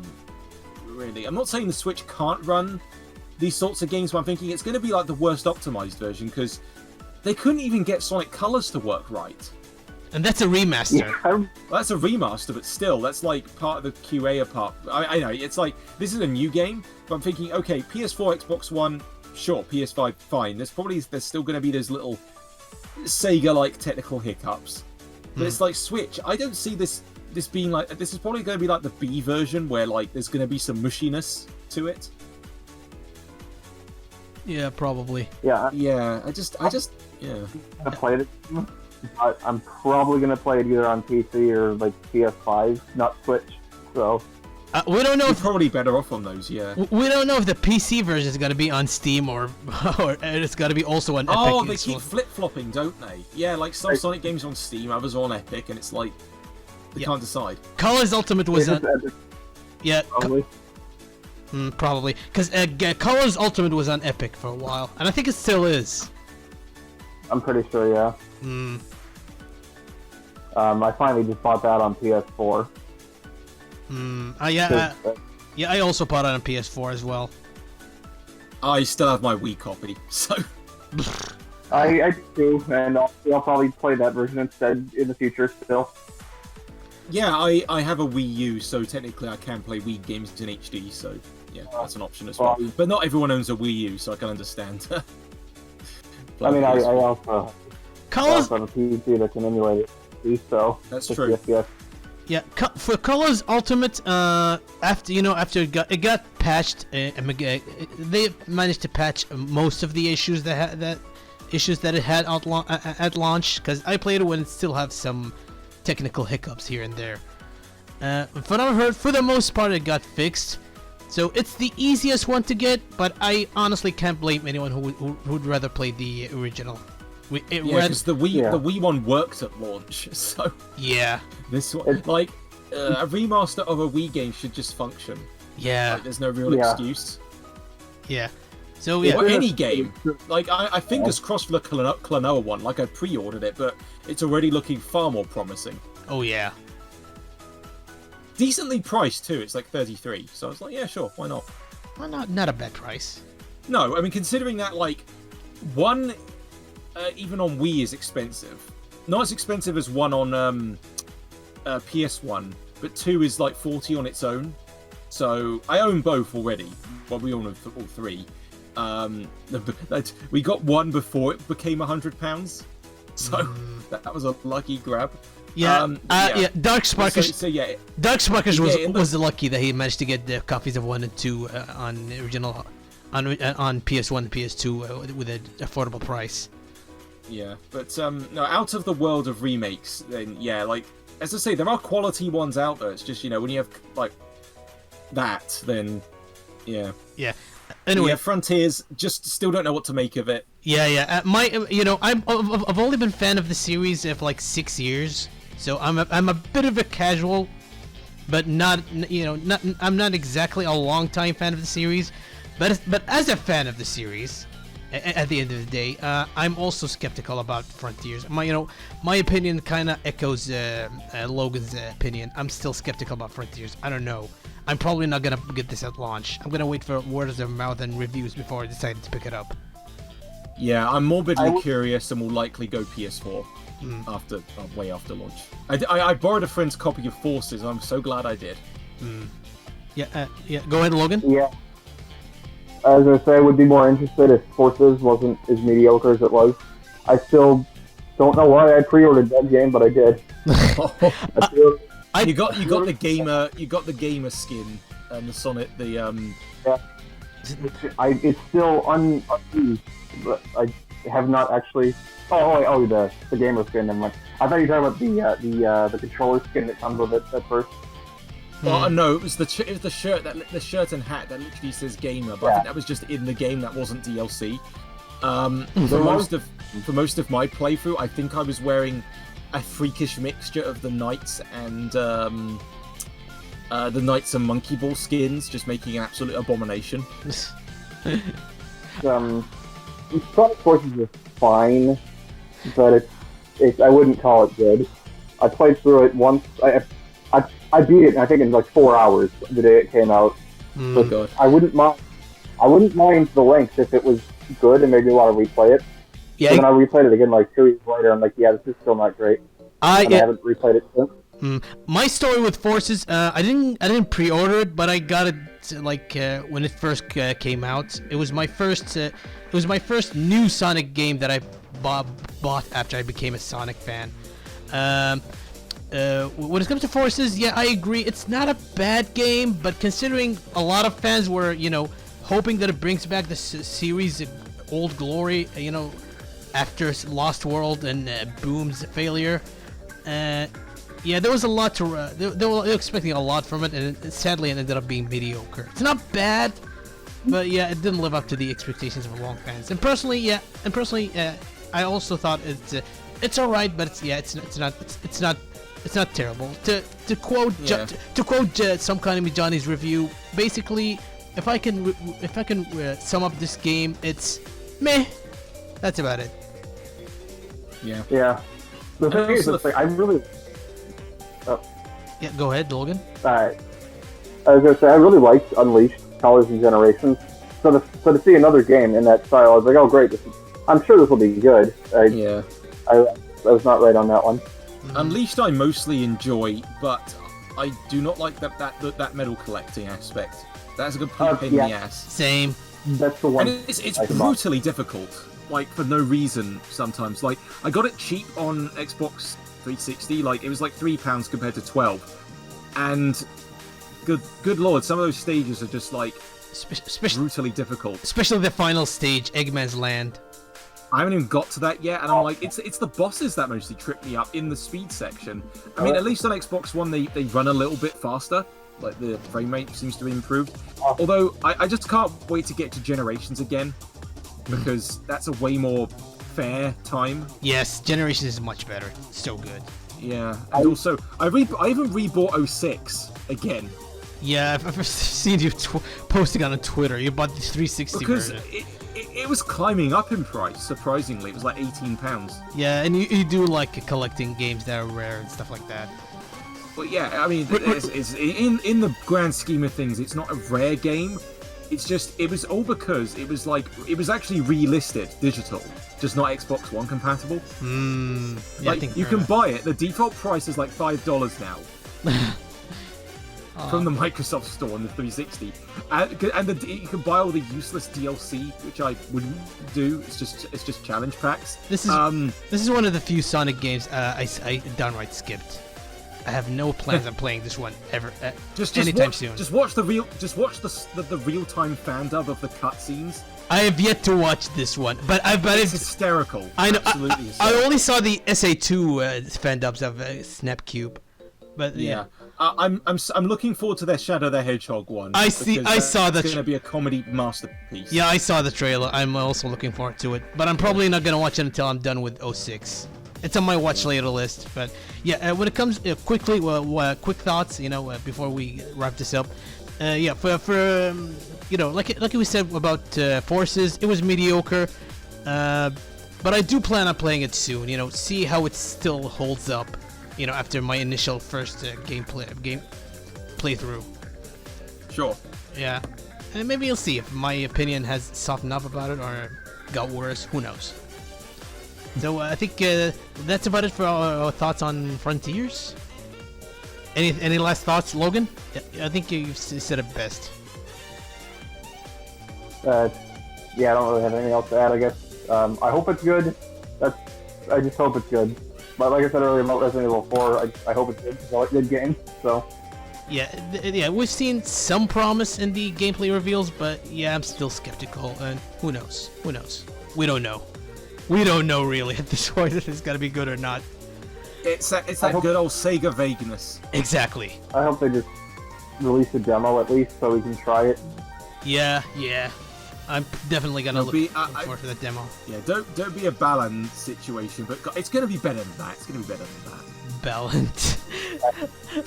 Never played it, but I've not heard great things.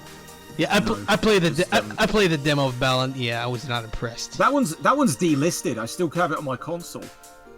I deleted that one, but yeah, I didn't like it. No, so basically, if it's Sonic would at least be interesting. But of course, yeah, again, it's just hard to determine because you just don't know until it's out. So we'll play the waiting game for a few months. I'll probably watch some gameplay. I probably won't watch like a playthrough because I would like to see the likely insane plot for myself. Personally, I'm gonna watch reviews of YouTubers, see what they think about it. Like some call me Johnny. I know some call me. Yeah, he's gonna get on that straight away. Definitely, him and Ant Dude. Yes. Which, so. yes. Funny enough, we'll be talking briefly about Ant Dude when I get to my game picks. Okay. Spoilers. So yeah, I think. Fair enough. Yeah, but I think that's about it for our thoughts on this year's not E3. Yep. Yeah. That feels like about right. Only one last thing before we move on. Nintendo have yet to announce a direct for this one. There's rumors of one. Yeah. Yeah, it's gonna be. But when isn't? But when aren't there rumors for Nintendo Direct? I think in like 2 weeks or something like that, which is baffling. I don't know why they have to wait all this time till they announce one. Well, they gotta render that Mario movie trailer, possibly. I don't know. Honestly, I never say, oh, they better reveal this with anything because they often usually don't. And considering that movie's been like delayed, yeah, that's the one thing I'm sort of expecting. Or Bayonetta 3 as well. I'm doubting it'll come out this year. If it does, cool. If not, then I can wait because I already pre-ordered 2 games. So, should I add a third to the pile? Maybe. When it comes to Bayonetta, I'm pretty sure it's one or two things. They're either gonna announce its release dates and release a story trailer, or they're gonna announce that it's gonna get delayed. But there's no way they're not gonna mention it. Delay it if you need to, but still, it's like I know that Bayonetta news page is gonna have some fun with it. Oh, because it's gone from it's the one where they said there is news, like it glowed up when that one gameplay trailer was. Yeah, I remember. The Twitter account. I think it's gone back. I think it's gone a while, so it's just going to be like this long period of silence until like something actually happens. Dude, I do follow the Bayonetta Twitter. It's something else. They really want this game to come out. They really can't wait. They're running out of patience. I need to play 2 again. I rebought it on Switch for probably a bit too much money, but like I don't care. I do plan on getting the Switch ports of 1 and 2 for 1 and 2, but I don't know when I'm gonna do that when I'm able to do that. But I do plan on playing 1 and 2 before getting to 3 because they're good ports. Yeah, it kind of sucks that 1 is relegated to a download code. As opposed to the Wii U version. Yeah, except in Japan, where if you pay like 300, you can get it on a cartridge. Oh man. Yeah, it's like it was called the Non-Stop Climax Edition. Perfect. Yeah. Yes. No, that sucked, but at least like 1 is available on pretty much anything. Yes. Just don't buy it on PS3. sucks. Yeah, stay away from the PS3. Which is funny thing is, Yeah, funny thing is, I owned the demo. I played the demo of the PS3 version the first time because I only owned the PS3, and I did get the physical copy of it. But once I heard, saying that was the first version I played. oh no, I didn't play it. The worst version first. I didn't play it, but I did own it. But once I heard that it's coming for the Wii U, I immediately managed to sell it. Oh, absolutely, yeah. Yeah, and I got the Wii U version, which is the only versions I own right now of the two games. If I couldn't manage to get the Switch versions, I'm definitely gonna go back to the Wii U ones. Even though worth it just for the costumes, I would say. yeah, are they also on the Switch version? Yes. Oh, okay, good. Yes, they are. Because I'm playing on PS4 at the moment, the original, and yeah, while there's no costumes, you know, it still performs well. So you know, you're safe with anything. But if you want bonus costumes, go Nintendo. Yeah, I believe. I mean, you can only go Nintendo with 2 because that's what it's on. But you know. Yeah, if it wasn't for Nintendo, the series wouldn't have continued. No, it's why it's why I'm looking forward to whatever batch insanity they have in store for us, and yeah, running on this older hardware, and it's kind of a miracle these games are like functioning at all. I mean, 3 looks amazing for a Switch game, but I mean, it looks even better than 1. Absolutely, yeah. It looks even better than 1 and 2. I've seen comparison shots. Well, I guess it's just very clever programming at this point. You know, they just know how to get the most out of their systems. Yes. Yeah, I believe. Yeah. Logan is a fan of the series. The last time he was on the show, he talked about both games on the show. Oh, nice. Yeah. So yeah. So I don't need to cover them myself because. Oh, it's okay. It's okay. We can. No. It's okay. We can hear your thoughts on your point of view about the games if you wanted to. You know. But yeah, it's okay. If so maybe, yeah. Yeah, maybe. It would basically go into almost every Platinum title at that rate, which, you know, I've not played them all, but I played a big majority. Yeah, same here. But yeah, anyway. let's what's your thoughts on all that, Logan? On Bayonetta 3? Yeah, and you know. Yeah, I'm looking forward to it still, even if we know very little. Because I'm sure it'll be good. As for the digital version of Bayonetta 1 on Switch, that was slightly disappointing, but it's like, I have it physically for Xbox 360 already, so I already have a physical copy, so that wasn't as big of a deal, but that still is kind of like, I wish they would have, even if it would have bumped it up to like $60, or was it 60? I think it might have already been 60. But even if it would have like bumped like $10 more to throw on a physical cartridge, I wish they would have done that, but whatever. Yeah, it's just like I was very close to getting the Japanese version, but like yeah, that price is just too much for what it was. Yeah. You can't even buy the cartridge of 1 on its own. It has to be in that special edition, of course. So it might end up. I think it is actually probably one of the more expensive Switch games in general because of that. Which kind of sucks. But yeah, it's not horribly priced on digital. It's like £24, but that's more money than I drop on a port of a game I already own. Yeah. And considering Nintendo first-party stuff doesn't really go on sale all that often. Because actually it's funny because like there's one Platinum game I keep forgetting about, Astral Chain. I own a copy of it, but I'm thinking no one seems to talk about it. I'm thinking it looked good, so I'm thinking I'm curious to know how it plays. I think Logan want to talk about it. What do you yes about Astral Chain? All I said is I think I've heard it's good. I've been meaning to play it. Honestly, I was slightly disappointed when I found out Nintendo had bought the rights to the IP. I'm like, oh, there goes the possibility of a PC port. Then I guess I'll buy it on Switch now. Yeah, it seemed to run. It seemed to run fine. Again, I just know very, very little about it. But I think what I'll do is I'll tackle it after I finish Bayonetta 2. It just feels right. And who knows? Yeah. Maybe we'll talk about it in a future episode. We don't know. Oh, absolutely. No, I 100% I would reserve that for another episode, really.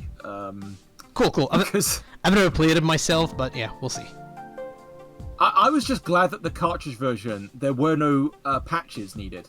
It just said your software is the latest version. It's like, that's bloody rare considering like newer games. Like seriously, with Guardians of the Galaxy, the game is 12 gigabytes, but the download patch is like 26. And it's like, what the hell are they patching? I don't know. It's just like, it's not the rest of the game. They're not pulling a Spyro because the game. I played the game while the patch was downloading. It was playing just fine. So like, yeah. So considering some modern games can be like that, I'm just like, you got to wonder what's missing sometimes. But yeah, basically when you have a nice, complete modern product, that's refreshing. But that should be the standard. Yeah, pretty much. Anyway. Yeah, especially with Switch stuff, considering file sizes. Yeah. Buying an SD card was an investment enough, but you know, whatever. Yeah, I got one now. Yeah. Anyway, this delved into a Bayonetta / Platinum game discussion. Yeah. Yeah. But anyway, we'll sum it up as we hope Nintendo shows something. Yeah. At all. Yeah, it's probably that's our takeaway. Yeah, we're most likely gonna get a direct in like a couple of weeks. But yeah, it's gonna be probably the only event I'm gonna watch live because I didn't give a shit about the others. Watching them live. No, don't worry about it. Yeah, it's just the Nintendo ones are usually the only ones worth seeing. Yeah, exactly. Even if it's not a game I'm gonna buy, at least it's interesting. It's gonna be fun. Even if just for the memes. Yeah. Anyway, so yeah, we're all looking forward to the Nintendo Direct coming in a few weeks probably when they announce it. Any last thoughts, Logan? I think you wanted to say something. No, I just said if they do announce a direct, I'm not sure if we can confidently expect one because I remember. I think it was either last year or the year before, everybody was so sure they were going to announce one for summer, and they never did. It's going to be weird. It's going to be weird if they decided not to announce a direct on June or even July, because usually Nintendo only release 3 directs a year. One at the beginning of the year, one at the middle, and one at the end. I see early July at the at the latest, possibly. Yeah, probably. Because hell, it may even be like literally at the end of the month, like say June 30th again. Same day. Hey, imagine same day as Cuphead DLC comes out. Correct. Yeah. But yeah, we'll see about that. So I guess that's about it for our thoughts on the not E3 2022, the show with the games showcased by different companies and stuff like that. And yeah, we have plenty to talk about. So I think it's about time we move on to our game picks. I'm gonna start first. So the game for my picks, I'm gonna have 2 games to talk about. And it's okay. For this show, we don't often talk about indie games. There are instances we talk about indie games. You know, for you, Otis, you talked about Guacamelee. For the last episode, Pallet talked about Cuphead.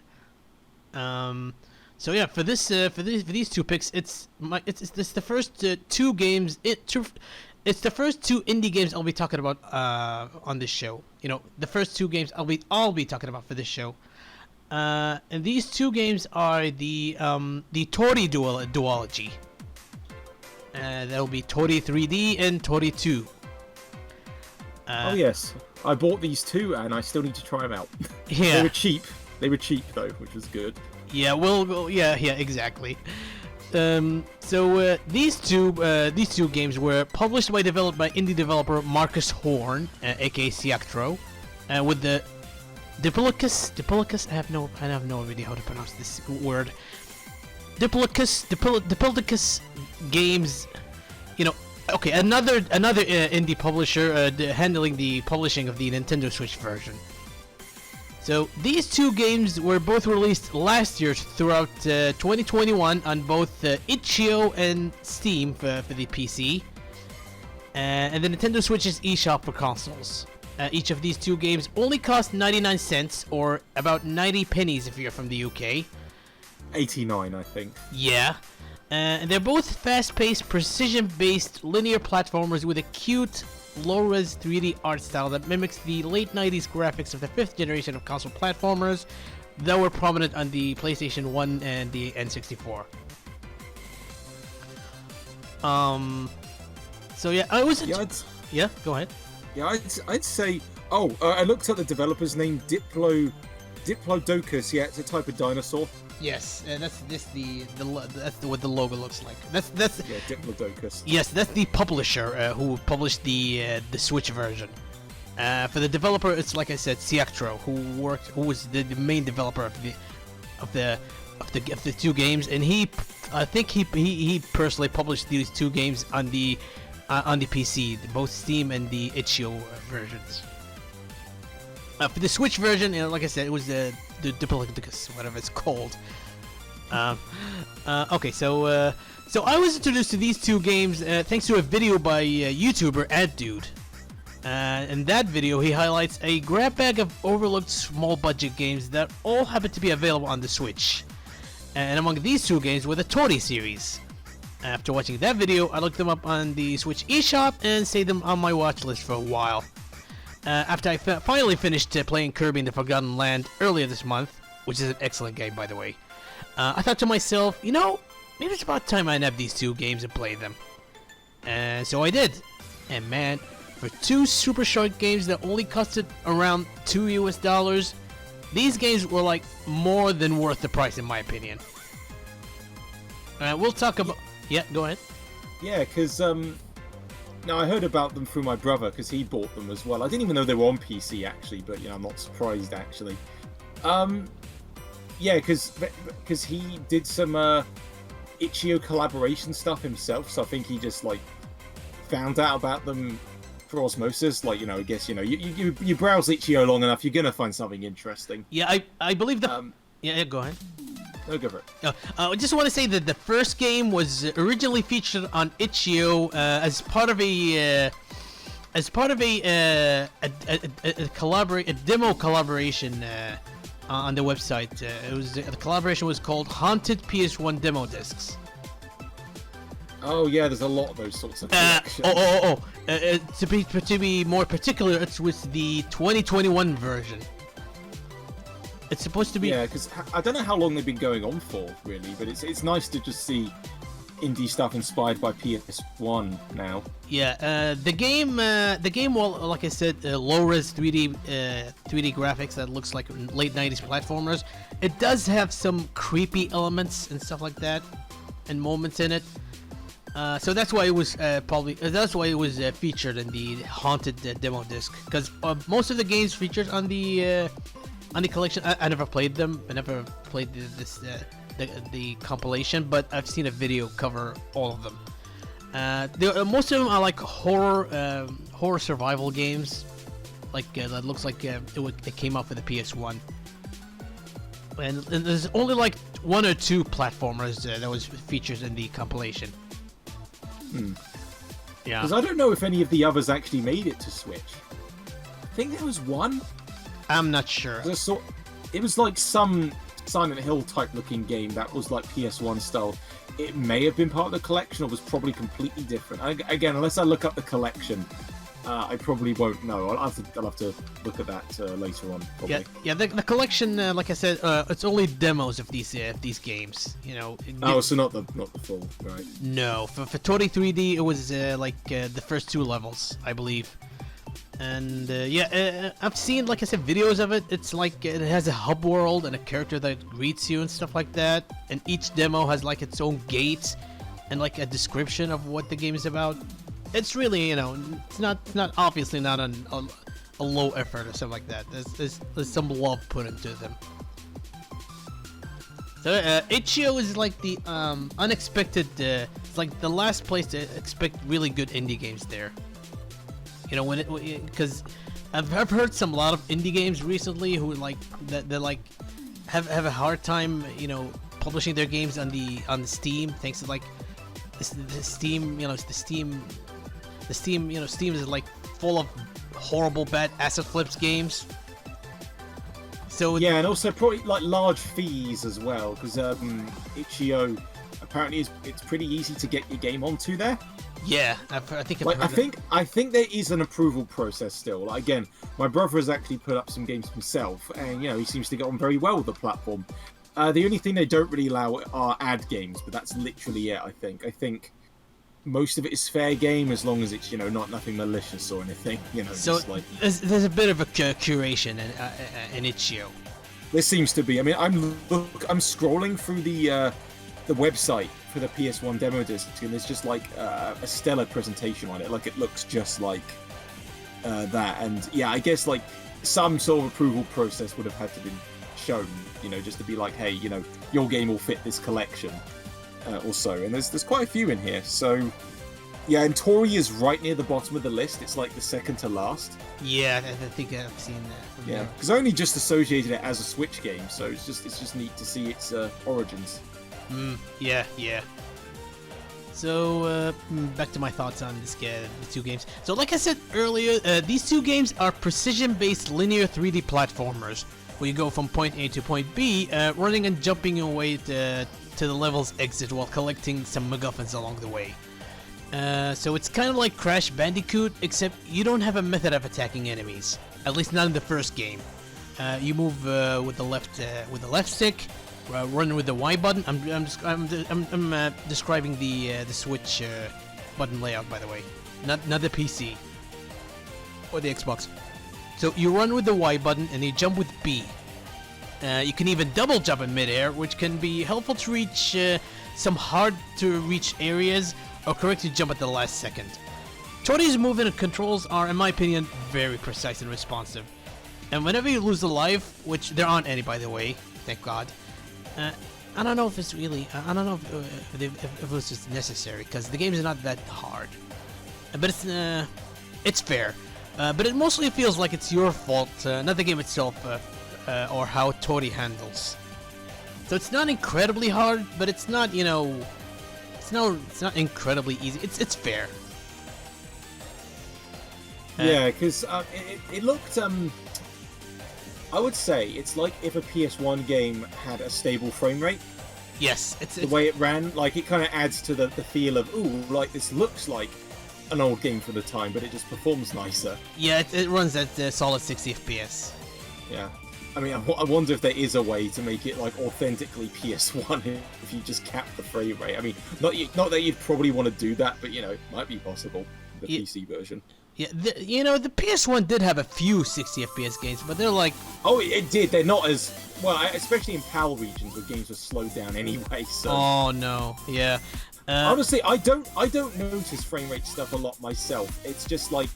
I got a PS1 Mini recently, and the fact that they swap in NTSC ROMs, it is pretty damn obvious when, one is running smoother, like Tekken 3, for instance. Yeah. And so it's like, oh wait, these games can run smoother. I mean, I don't mind 30 frames. It's like, you put the two side by side, it's like, it can be pretty noticeable. So yeah, the fact like Toree is like, it's if a PS1 game ran fine, then yeah, that's an advantage. Yeah. Anyway, the game has a ranking system from C to S. So, unlike it's not completely different from a 3D Sonic game. The faster you beat a level, the higher your rank will be. Most of the levels in the game are fairly short, and you can take you between 2 or 3 minutes to beat in your initial playthrough. And once you memorize the level's layout, you can beat some of them in like a minute or less. Yeah, because I saw a clip that you were getting a secret by using like a certain like flying character or something. That's in the second game. We'll get to that later on. The second one. Oh, okay. Because are there like sort of speedrun like shortcuts you can take even in across both games? Yes. Ah, right. So you can pull your Mario 64 type shortcuts, which I have no idea how to understand because I don't play it like that. Yeah. But it's just neat the fact that you is pretty cool. Yeah, this game is like the perfect speedrunning game. Especially with the main character Toree, the default one, because they're unlockable characters, but we'll get to them later. So when it comes to the game's length, each game's main mode or aka story mode in quotation marks, has 9 levels, with the 8 levels being playable from start to finish, that you can play in any order you like, except the final 9th level, which only unlocks after beating the other 8 levels. When it comes to length, it's like less than an hour you could beat the single game. So that's how incredibly short they are. Yeah, I mean, I can see why the price is so low, but then it's like it balances out, because if it's a short game with a lot of replayability, yet it doesn't cost very much. It's like it's like, so it's a good mix basically.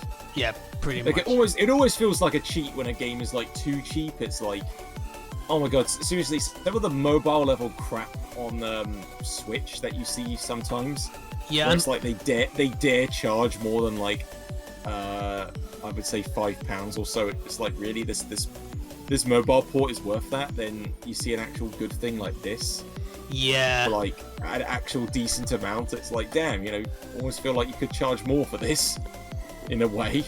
Yeah, but no, I think it's a good balance, a good compromise. Yeah, unfortunately, the Switch eShop has started to become almost like Steam when it comes to creation about indie games and stuff like that. I am glad that shop has a wish list, because then I can actually keep track of stuff. Yeah, same. I mean, truthfully, it's mostly just all been ports, but yeah, I want to find the good indie stuff. Exactly. It's just it's not showcased very often, and it's sometimes I'll forget a port of something exists, like No More Heroes, and it's like, oh yeah. So I always check the sales tab on any sort of digital store, but then I did take a chance on like a couple of indie things, and it's like been pleasantly surprised.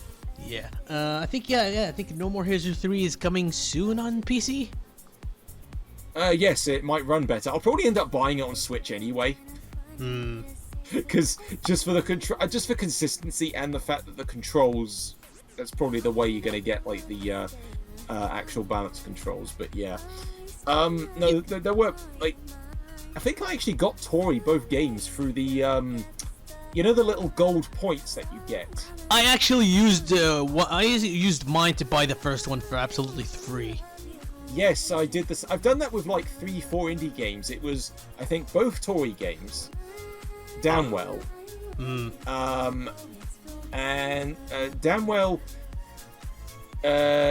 Pokey Going Apespit, the remake, because that was literally £1, and Felix the Reaper. So it's all been the cheap indie games, either on sale or by default very short. I've essentially got like nothing by buying the more expensive eShop stuff in comparison. Yeah. It's a good system, but sometimes the amount of like gold coins you get is sometimes like very low to like really add up to like a decent amount. I mean, given that I've like got probably some of the better games out of it, it's like, it was worth a shot. Yeah. Anyway, but no, for Toree alone, it's worth it. Yeah. So back to Toree, to Toree games. So you're probably wondering, do these games have stories? Yeah, but they're pretty paper thin and simple. Basically, in both games, you play as Toree, a genderly ambiguous, cute little chick with sunglasses who goes on adventures to get their stolen ice cream cone from a weird, Grim Reaper-looking dude. That's it. Yeah, I figured there was.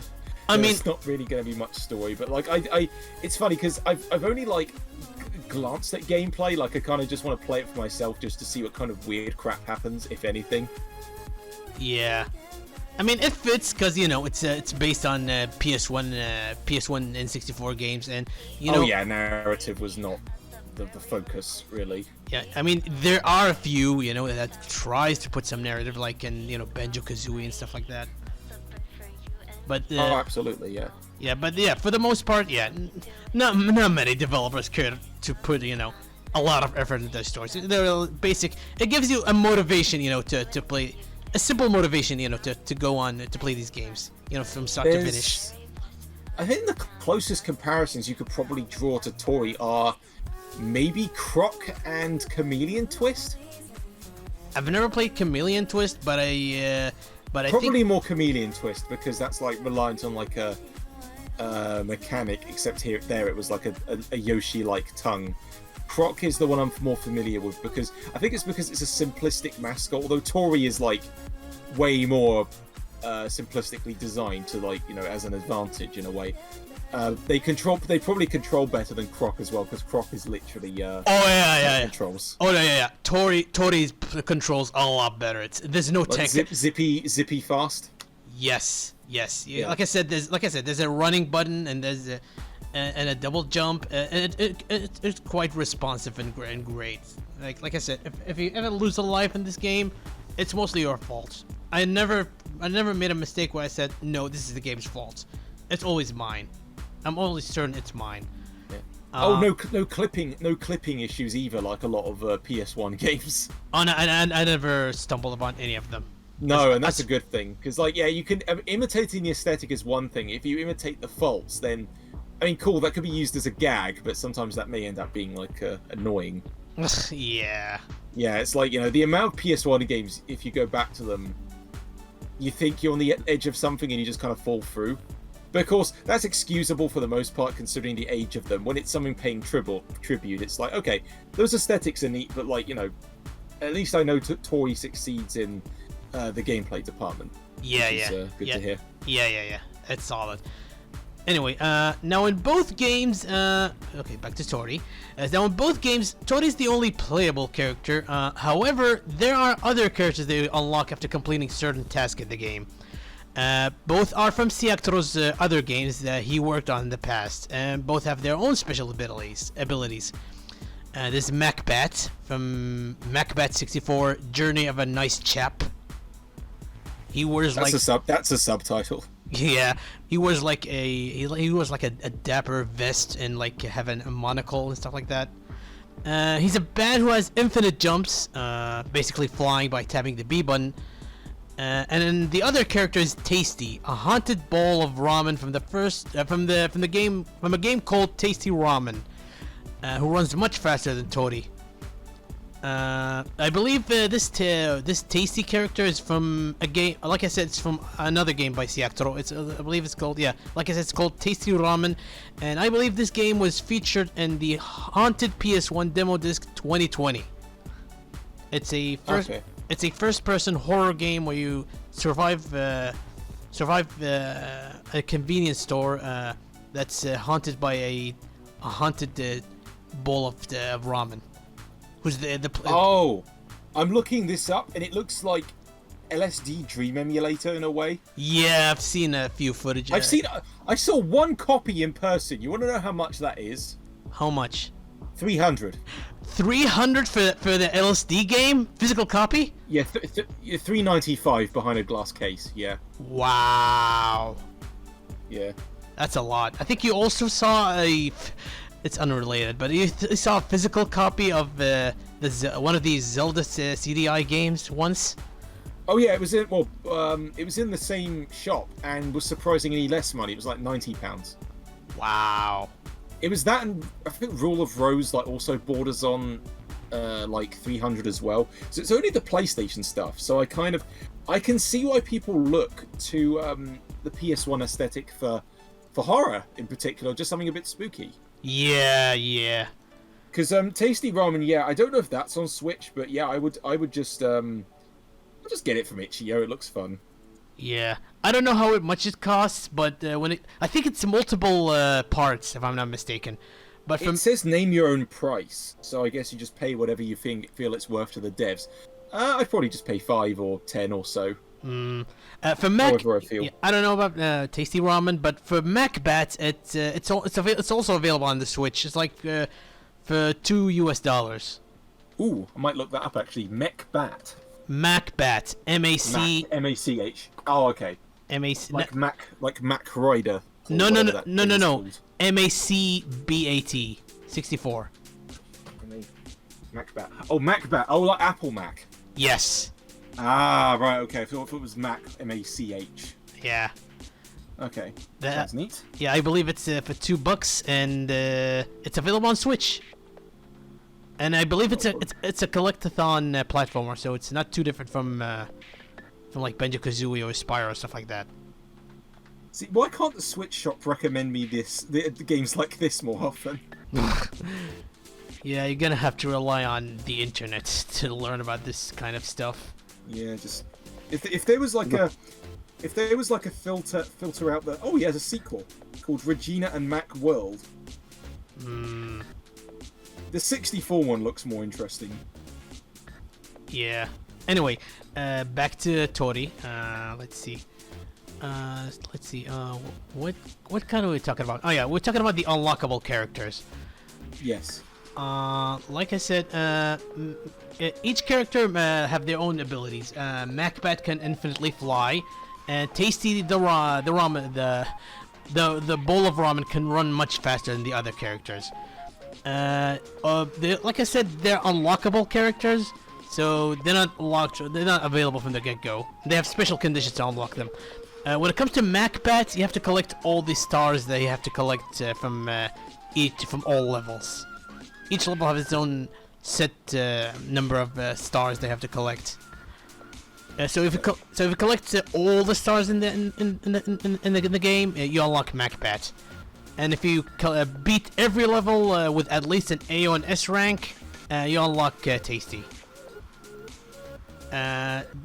Like I said, if you can tell from having their special abilities, they're kind of broken compared to Toree. So the ranking system is disabled while playing as them. Right. So to get like any sort of high score, it would have to be Toree, yes. Just Toree, yeah. Yes. I guess the other modes you could consider just a bit of fun. Yeah. Anyway, so if you haven't noticed, I've been talking about these two games interchangeably.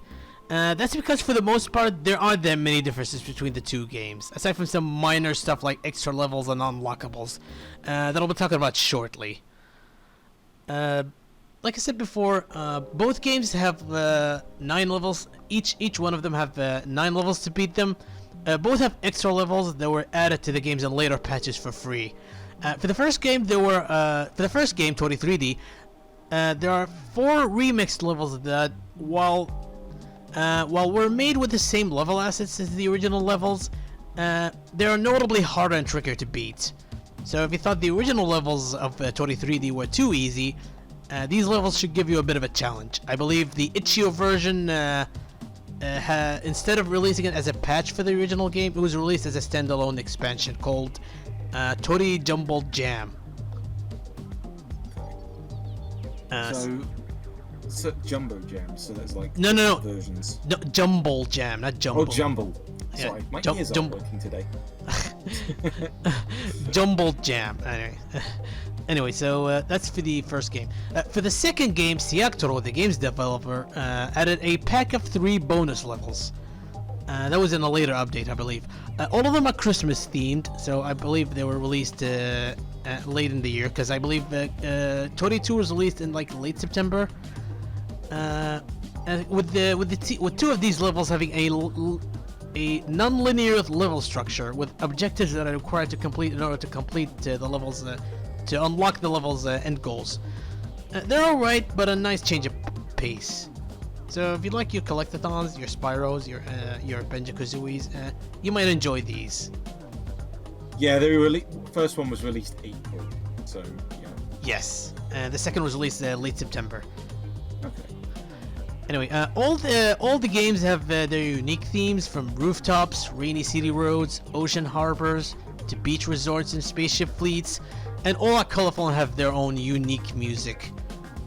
Speaking of music, each game have their own soundtracks, with Toree 3D having 2 of them. The old soundtrack and the new one, which was introduced with the remixed levels free patch. That's at Toree 3D. While I personally prefer the old soundtrack, which quite fit the game's cute and bubbly late 90s platformer aesthetics, it is unfortunately a collection of royalty-free music that the developer bought to use for his game. Does it fit at least, or? Oh no! It fits perfectly in my opinion. Right. The new. There's a certain type of stock music that just sounds annoying. Yeah. By default. Yeah, I totally get it. But yeah, for the music he picked, for the royalty-free music that he bought and picked for this game, I think they fit perfectly. For the new soundtrack, which is original and specifically made for the game, it's alright, but I didn't quite. It didn't quite win me over personally. Thankfully, you can switch between the two soundtracks from the options menu, so I stuck with the old soundtrack instead. So yeah, Okay. yeah, I'm glad he kept the old soundtrack because I liked it a lot more than the old one, the new one. Sorry. The second game has one original soundtrack, but that's okay since it's mostly a banger. The highlight is definitely the Sparkle Park levels theme song, "I Wanna Love You," which sounds like a cheesy 90s J-pop song. It's not all that great, but it's so damn catchy that I can't help but to like it. I'm gonna have to listen to this, yeah. Maybe I'll put a link. I'll send you a link to it. Later on. Alrighty. Yeah, it's an earworm, in my Yeah, opinion. I'm looking through like the dev's other catalog on the eShop right now, and like there's just like a bunch of. They very much specialize in the 64 looking stuff, although they're priced a lot higher. Yeah. Like I'm curious if some of them, like the Bat one, looks interesting. That one's like there's a demo of one of them called Toree and Regina and Mac. I've never heard of that one. Yeah, that one's got a demo. So yeah, that's I'll probably give that a shot on the eShop. Yeah. On the eShop. Oh, okay. So I'll give that one a shot. But the others I'm gonna have to probably look at them because if it's like £9 for an N64 style game, I'm a little more skeptical, really. Like 9 isn't much, but like if it's like something you don't like, it's like. But yeah. Anyway, I'm almost. Like I said before, these two games have this cute low res PS1 style to it with platformers. But like I said, it does have some creepy moments that may caught the player off guard. Like in the first game, they're like these enemies that look like snowballs in the like snow levels.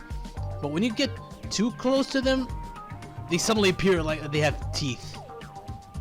Big gnarly teeth that suddenly, without any warnings, and they like roar like a lion, stuff like that.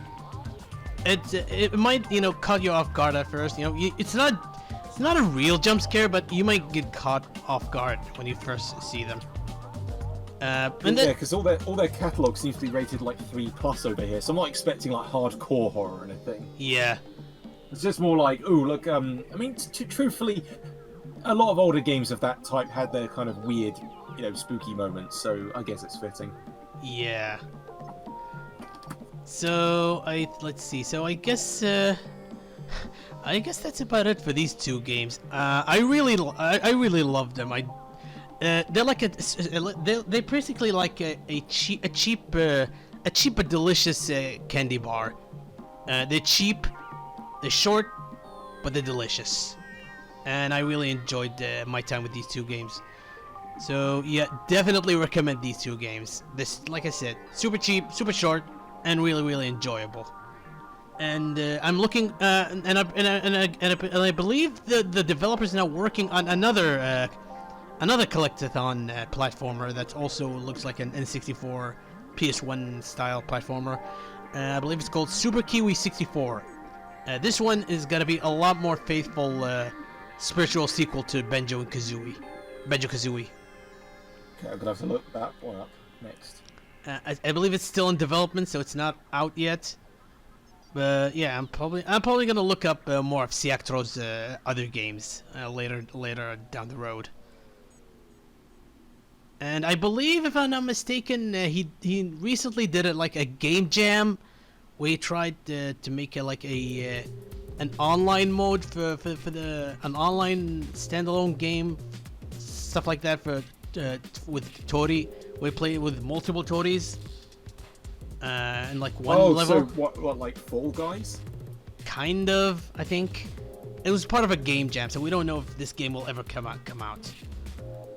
Yeah, I mean, it could be interesting, but yeah, it just depends on like how many players there are at once and how many people really know of it. But yeah, Kiwi 64 looks. I'd say that looks pretty promising, so I'm curious. Yeah. There are other things I could have talked about these two games. For example, like you said, it's something I just remembered. You said there was like a secret in like the second game that you saw me tweet about it. Yes. Yeah, it's something I forgot to mention. So for the second game, there's also two characters you unlock, Tasty and what's it called, Tasty and Macbat. But there's also a third character. There's like a question mark. You don't see his silhouette. And to unlock that character, you have to collect hidden collectible CDs in the second game. And most of these CDs, you can only get them if you unlock Macbat, because Macbat can fly almost anywhere. And some of these CDs are hard to reach as Toree, because Toree can't fly. Can only double jump. Yeah. So. Yeah, yeah. At least it's got good to hear that they have a use. Yeah, exactly. My thoughts as well. At least for the second game. So yeah, once you unlock him, you unlock a third character. And spoilers. You know what? Should I spoil it or not? You know what? I kind of don't want to know myself because I do intend on playing these. Maybe you could spoil it. I'll just have my headphones off, and then you can ping me in the chat when you're ready. Would that be okay? Yeah, hang on. What I'll do is I'll take my earphones off. 3, 2, 1, go. Okay. So after you collect all the CDs in Toree 2, you unlock the final, the antagonist of the two games, Glitchy, the Grim Reaper-looking dude. And this character, if you think Tasty or Macbat are completely broken, this character is pretty much the combination of those two. Not only is he super fast, but he can infinitely flies, and you can complete a level super easy with him. But just like with the other characters, ranking system is disabled while playing as him. It's only fun to enjoy playing as him, but that's about it. He's for fun. But yeah, that's about it when it comes to the last unlockable character in Toree 2. Okay, I did not hear any of that, but I'll find out when I play. Okay, good. So let's see. What was this? Anything else I wanted to mention? Oh yeah, for this, like I said, when it comes to the difference between these two games, one last difference that I have to point out when it comes to the two games.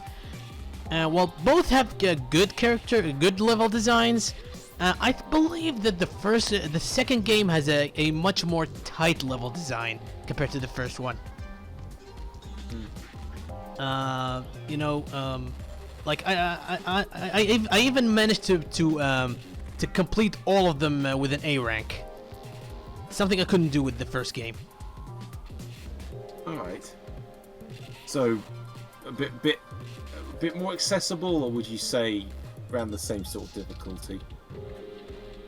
They're pretty much the same difficulty, but I feel 2 was a little bit more competently made, and the bonus levels for Toree 2 was a lot more enjoyable than the ones from Toree 3D, the first game. Okay, sure.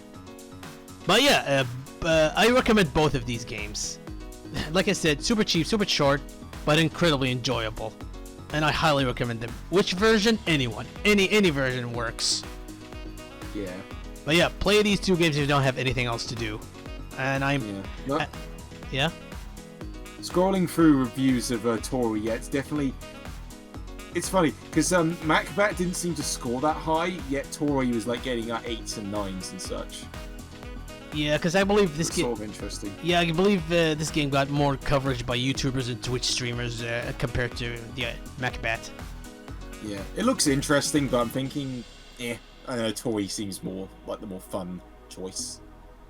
Yeah, like I said, definitely recommend these two games, and I'm pretty much looking forward to see what other games Seactor has in the near future, whether it's a game he already released or games he's working on, especially that Super Kiwi 64 game he's working on right now. So yeah, definitely recommend these two. 2 thumbs up. Go play them. Let's move on to Otis's picks. So I believe... Logan's picks. Sorry, Logan, sorry, my bad. So yeah, let's go to Logan's pick. What do you got for us? It was a couple of games for my backlog I'd played recently. I wasn't really sure which one to talk about. I decided to go with this one just because, I know that you didn't want us to go on for too long. I figured this game would probably go quicker. Castlevania Symphony of the Night. Yes. It's I've dabbled in the Castlevania series before. I'd played but not finished until very recently. Had not finished Castlevania 1. I've still never finished Castlevania 3, but I did play most of that. I played a good chunk of Castlevania Rondo of Blood, which this game actually happens to be a direct sequel to. But it's not really that important to play it first, I guess. But so this one, it's pretty well known at this point, I guess. It's strayed a little bit from the more linear games of the past, and took more inspiration from Metroid, which is where the Metroidvania name comes from, as I'm sure most people know. Yes, this is alongside the Metroid series, this game Symphony of the Night was the game that popularized the term Metroidvania. Alongside Metroid. Yeah. So Go ahead. It's more like a Metroid game, and maybe it's the Metroid bias in me speaking, because that is one of my favorite franchises.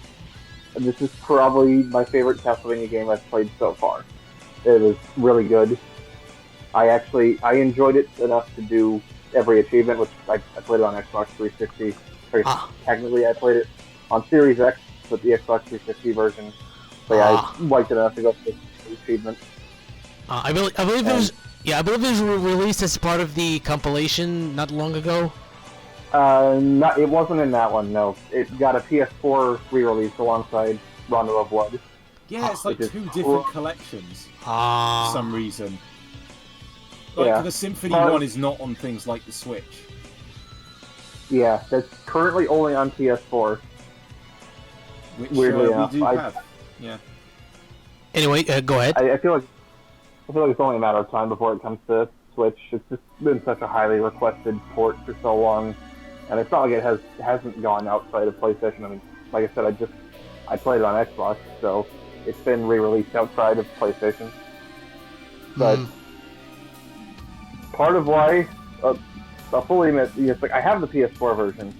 The part of why I wanted to play the Xbox version is because the PS4 version has redone voice acting, which is better, but I kind of wanted that shitty voice acting. Yeah, I know there was like a bunch of differences between the ports, because I didn't realise how many, because the most I played personally was like the PSP version, not the one on that other collection for PSP. I can't remember the name of it. Dracula X or something like that? I forgot what it's called. Yeah, that was the one that had the redone voice acting first. So okay. I have a ROM on my modded PSP, which is the original, and I got further in that because, like with Persona, I felt it worked better as a handheld game. Because I can see why it was used as the basis for those later GBA games. For a lot of them. Yes, like yes. the flow of them. Which, but, I know about like the... I think, so the 360 one doesn't alter the voice acting. No, it's a straight port of the PS1 version. Right, yeah, because I wasn't sure if that was a good port or not. Because I was kind of tempted by it on sale once. I just passed on it because I just didn't know how it was. I have it physically because it did release physically on a disc alongside two other Konami games. Oh yeah, that was US only. I wanted a copy, but the 360 is fucking region locked. For the most part, there are some. You can play some. Actually, for a similar reason, I got like a Far Cry collection from America because it was the only way to get Blood Dragon on a disc. Oh. And that one is, thankfully, that actually does work on an Xbox One by some miracle. Okay. Yeah. So no, if the Castlevania one, like, okay, if by some miracle that one had no region locking, I don't know if it does or not. I'd probably just end up buying a copy anyway. If that works on an Xbox One, that would actually be quite nice as well. It is on. You can play it on Xbox One. It's very I can, I played it on my Series X, which can play everything an Xbox One can play. So Okay. yeah, so I don't know for sure if the reason locking would get in the way though. That No, might be a it's problem. not. I mean, I'm fine with just getting the. If I saw it on sale for like £3, I'd do it. I could just grab it probably. So yeah, it's I think it's cheaper. I think it's cheaper to buy the Xbox 360 physical still than it is to buy the PS1 version because I think that's kind of going that's up in the price. 400s, I think. Oh really? Well, let me have a look. Well, that's like- I mean, while you're going, I'm gonna look at UK prices because our version I think came with like a CD or something, and that's the better box art. Yeah. I will say that you guys got the better box art than we did. Yeah, I think the US one it was literally some German castle. Is that what it was?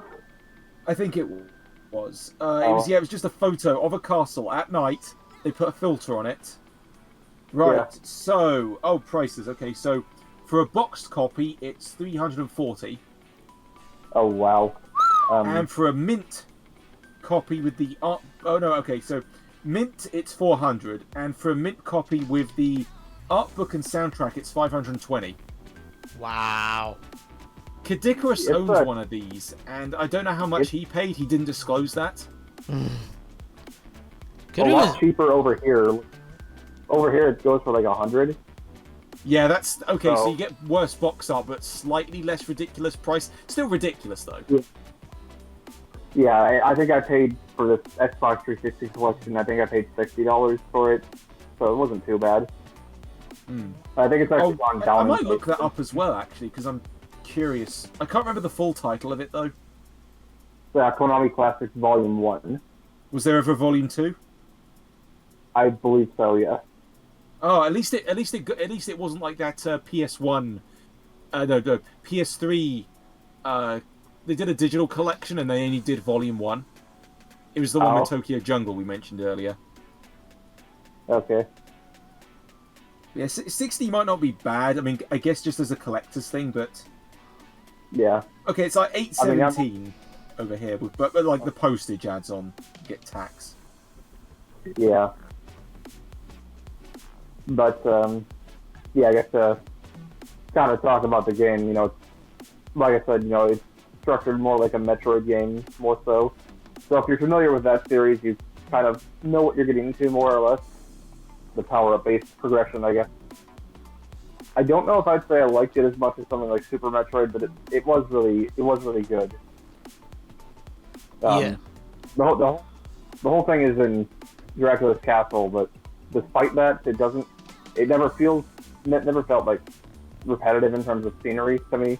It still felt varied enough. And I guess soundtrack is one thing I should mention. The soundtrack is great, as Castlevania usually is. Oh yeah, from what I've heard, from what little I've heard from the soundtrack of that game, it's really phenomenal. Yeah, I might actually. I think I looked it up. I don't think it got a digital release, the soundtrack, but it did get released physically in Japan. I might actually import that because I liked it so much.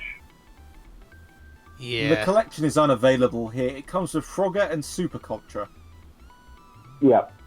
And even they even have the crappy castle picture on the that box art, so they couldn't get away from that either. Oh, that's right, they do. Yeah, I forgot about that. Yeah. No, I'm glad. on it. I'm at least glad I know it's like semi-obtainable compared to PS1 original, but still, it's like damn. I believe for the playable characters, you only play it as a la carte, or is there any other characters? Yes and no, I guess. So the game, it starts with a where you going back to the events of Rondo of Blood, the final boss area. You play that, and then it goes forward 4 years. That's when you switch over to Alucard. But you start off playing Richter Belmont, the protagonist of Rondo of Blood, which is the previous game. Oh yeah, And the one with the iconic scene. Yes. That's why I want to play the version with the original voice acting, is because like I have to see. It's not like I'm playing this game story anyway. Oh yeah, you want to see with the original voice acting, huh? Yeah. I've seen a parody of that scene that ends with the Morbius meme. It's like Dracula goes, Of "What?" course there fucking is. Of course Yeah, there it's is. like it goes. It's like Dracula goes, "What is a man? A miserable pile of secrets. But enough talk. It's morbid time." Yeah, I haven't seen it. Morbius ruined vampires. Yes, I've actually seen that movie. Oh my god. I didn't catch it on the live stream when it was. Yeah, it was live on Twitch for a while. So an account decided to stream it on. I didn't catch it, but yeah. Look, honestly, what's going to be next? You know, someone's probably going to do like a Castlevania ROM hack, just have Morbius as Dracula. Oh. The game is unchanged except for every mention of Dracula is just Morbius. Someone's going to fucking do it. I mean, the meme's probably dead by now, but you know. Yeah.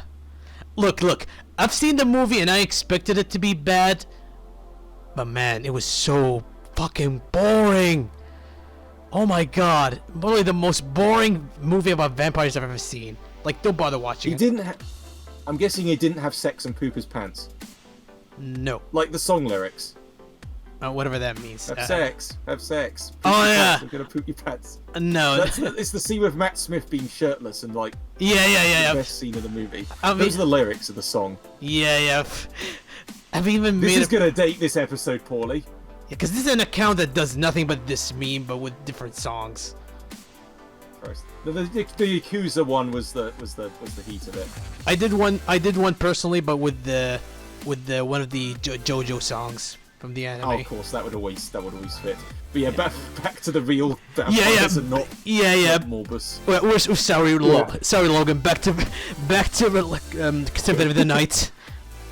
Morbius of the Night. Sorry. Yeah. But on the topic of playable characters, I don't remember if you have to beat the game to do this first or not, but I believe you do have to beat the game first. But then if you start a new save file and name it Richter, you can then play through the game as Richter Belmont. Yeah, I heard without of any like the story stuff or. Yeah, I heard of that. I wasn't initially gonna do it at first. I was like, I still do want to get all the achievements, but maybe I'll wait. And I found out you can, when you like that run with Richter, you can beat in like under an hour, which I did. So I'm like, yeah, why not? It's Does it play any different with the traditional whip compared to the sword and other devices? Yeah, that is different, but also just Richter has a different move set entirely. You don't unlock any new moves or anything like that. When you play as Richter, it plays more like a traditional Castlevania game. Oh, so, okay. Where you just... so all his moveset are unlocked from the get-go. Yeah. Oh, okay. Because regarding achievements, does it also require doing that ridiculous thing where you have to like touch almost every corner of the castle to like fill out the map? Yeah, but I didn't mind doing that. That was not that hard to do. I didn't think it was. Yeah. I did use.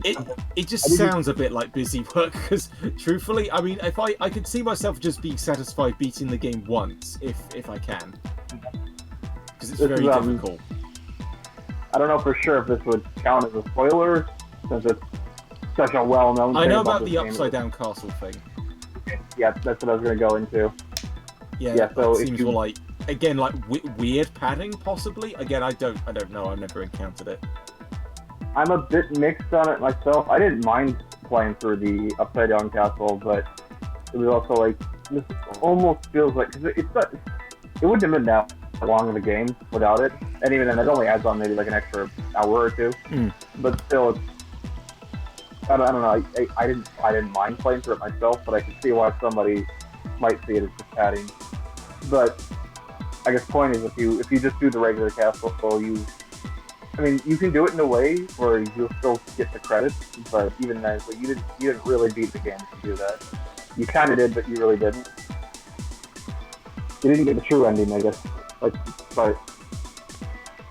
Oh, the game has multiple endings? I didn't know that.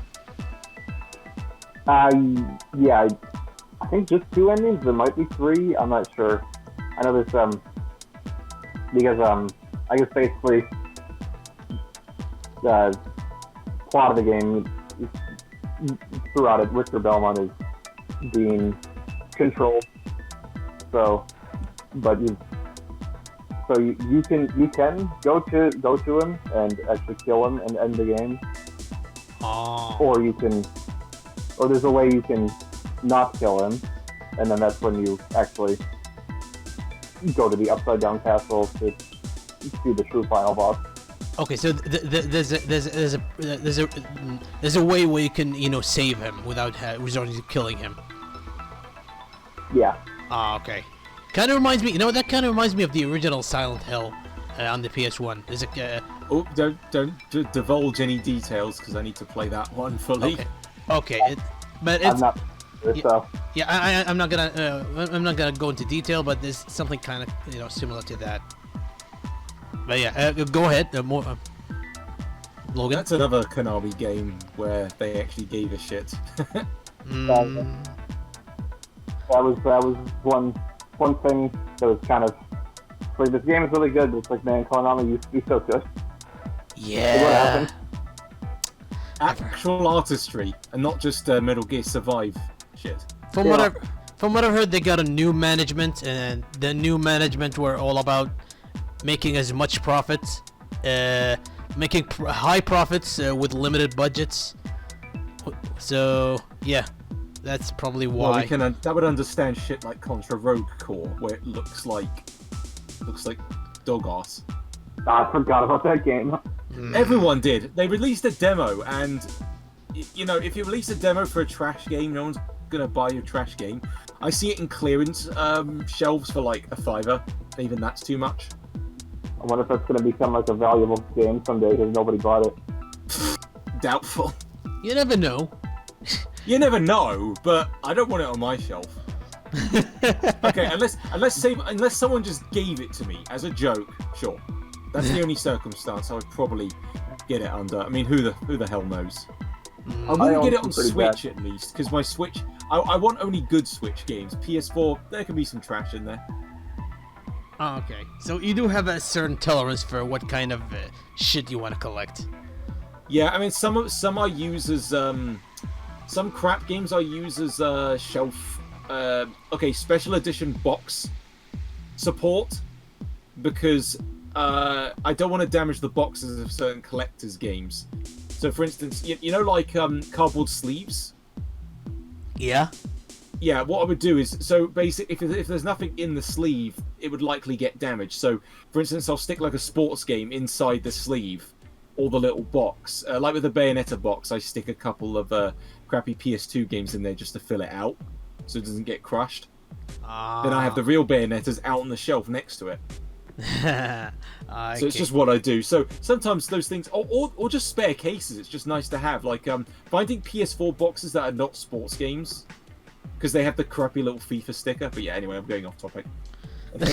yeah. I think. Yeah, I'm pretty sure Logan has more thoughts to talk about Symphony of the Night. Yeah. Anything else you want to add? Not really sure. I mean, I guess I've kind of given most of my thoughts. The game is really good. It's I definitely do think it's worth playing. I don't know for sure if it's worth 100 or 300 if you're in Europe, I guess. For the original, no, that is a strictly collector's item. It is not something you'd ever likely find in the wild, because it's tough to find regular PS1 games. Like, I mean, I bought Emperor's New Groove for 15. That's like, that's an old movie game, but still holds some value. But like, cheap change in comparison to stuff like even it's not even the first Castlevania to like cost a lot. Like those GBA ones, like, were almost impossible to get for a while until that collection. Yeah, I've heard of that. I believe. I think it's all because they follow the Symphony of the Night formula. I really want the DS ones too, because apparently those are very good.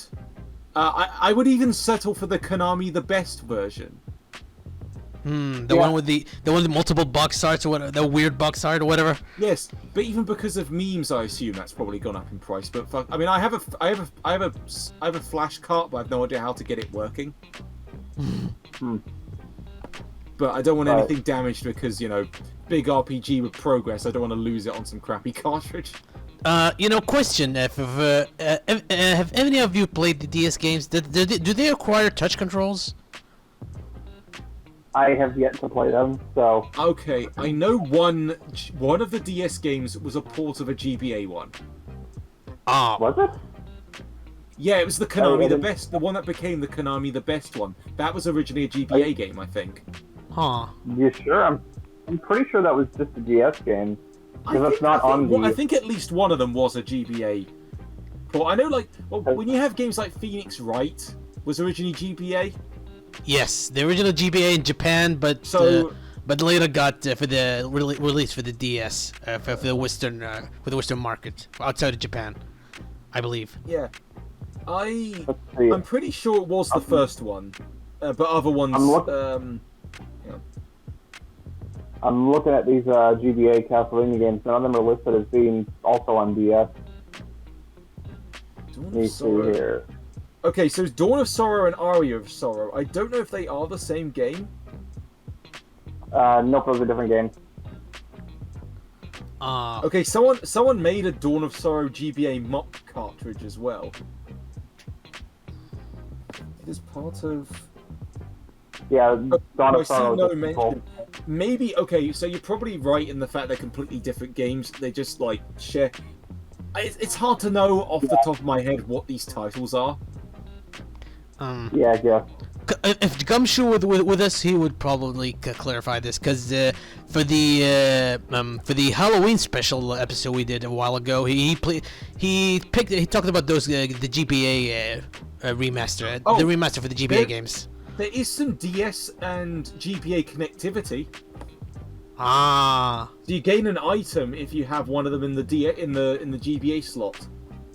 I love when games does that. When the games does this sort of give you bonus items for stuff like this. Related to Konami games, I own this one, but not the GBA equivalent. What was the one? I think it was Boktai. The one where you. Oh, yeah. With the sun sensitive cartridge. Yes. I own the DS sequel, which of course doesn't have like a sun detector, but apparently if you put in that cartridge at the same, either of those cartridges in at the same time, you get the light function. Ah. What was the DS one called? I'm literally staring at my shelf right now. Lunar Nights, that was it. Yeah. So that game is perfectly playable on its own. It had a Kojima logo on it as well, so It was it was that's one. yeah it was by That's one I need to play. it was one of the few Kojima Productions games that were made outside of Metal Gear and Zone of the Enders. Yeah, we get Castlevania as well. Oh, but yeah. Oh yeah, the other Castlevania, the God of War ones. But yeah, Lunar Nights.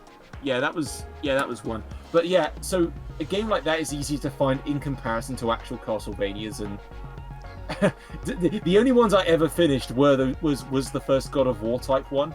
What's it called? Lord of Shadows. Yeah, which wasn't even that bad. It's just it was like, yeah, it's not classic Castlevania.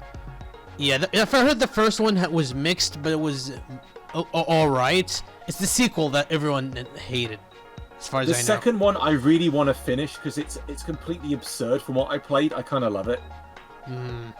Both for Xbox One compatible, but fuck me, the DLC's expensive for what it is. Like, I'd love to try it. It's just it's overpriced. I don't know about What it is. I don't know about the second game, but for the first game, it was the DLC was like an epilogue or something. Yeah, so I could probably just watch. It was basically the developers said they later regretted having that stuff as DLC when it should have been in the main game. That's something that a lot of developers during the 7th generation did back in the day. Like, for example, that Prince of Persia. did Yes, that one. Prince of Persia and some other bunch of other games. I know we're sliding off topic again, but it's slightly Castlevania-ish. But No. yeah, that's the only world of Castlevania I fully know of. I would like to play and enjoy more of the classic ones, but I just kind of find them personally kind of tricky to get into. I think Symphony of the Night is probably a bit more beginner friendly, I guess. It was. I mean, Yeah, because there is a good flow to it. Yeah, I mean it's the first game in the series I actually finished, I guess. So I did go back and also play through Castlevania 1, but yeah. Yeah, I've heard that the first one, at least on the remastered collection, had some bug issues and stuff like that. Yeah, I encountered that. Unfortunately, thankfully, I was using save states, so I was able to not completely have to start over because it was happening on the final boss where it was freezing. Oh. And when I looked at it, that's a pretty common issue, and that's where it mostly happens. So if I play it again, it probably won't be that collection again. I have an actual NES physical copy, so maybe I'll do that sometime again. Get the full AVGN experience. Oh boy. Yeah. I mean, I even went out of my way to get a CRT for pre-HD era consoles. So I would recommend getting one of those little converter boxes where you can actually use an HD console on an old CRT. It's great. I might have to look into that. Yeah. God. I mean, don't talk to me about capture devices just yet, because I'm still working out what one to get for my purposes. I think I have an answer now, but yeah, no. So in conclusion, I guess you obviously recommend Symphony of the Night. It's considered a classic among the Castlevania games. Do you recommend it for anyone newcomer to the series? Yeah, I would say it'd probably be fine. It is a direct sequel taking place 4 years after Rondo of Blood, but you shouldn't necessarily have to play that one. But if you want to, that's the I believe the PS4 collection is called Castlevania Requiem, that has Rondo of Blood and Symphony of the Night. So if you really wanted to play that one first, you can. So yeah, you can get Symphony of the Night on PS4, or it's also backwards compatible on Xbox One and Series X. So there's a couple different options to play it today. It's not on Switch or PC yet, though. I don't know why. With the 360 version, can you turn off the banners on the side? On the what now? On the 360 version, because gameplay I saw had these constant banners with the two main characters kind of staring at each other. The borders. Borders, sorry. Unfortunately, no. What I did to get around that was I stretched the game and then I set my TV to 4:3. That's how I got rid of them. Yeah, I think that was another thing that sort of put me off initially. But as long as your TV can display, can squish a 60x9 signal to 4:3, you can get rid of them. Still sucks though. It shouldn't be like a thing. But yeah. I'm pretty sure that you can turn those off in the PS4 version. So. Oh right. Okay. So 360 you can't. PS4 you can. Right. But PS4 you get the not as funny voice acting. Yeah. So I guess it's a whole weird toss up. Maybe for some people that would be a plus, but for me it's like I wanted the cheesy voice acting of the original. Oh, same. That's why I got further on PSP. In fact, I think the only area I'm stuck on is there's a stairwell you have to climb, and I'm trying. I can't. I keep getting like knocked back by like I think it was flaming barrels or something. I can't remember. It's been a while. I think where that would be in the game. No, sure. It feels early on. It's just again like I kept getting stuck in that bit, and I kept having to like backtrack to the same save point just to grind. And I think I got a little further, but again, I haven't touched my modded PSP in ages. I guess that is one thing I did forget to mention was the RPG elements, which, to be honest, like because basically the way it works, you kill enemies and you get experience points for that and level up, but it was never something I really had to think about. So I don't know.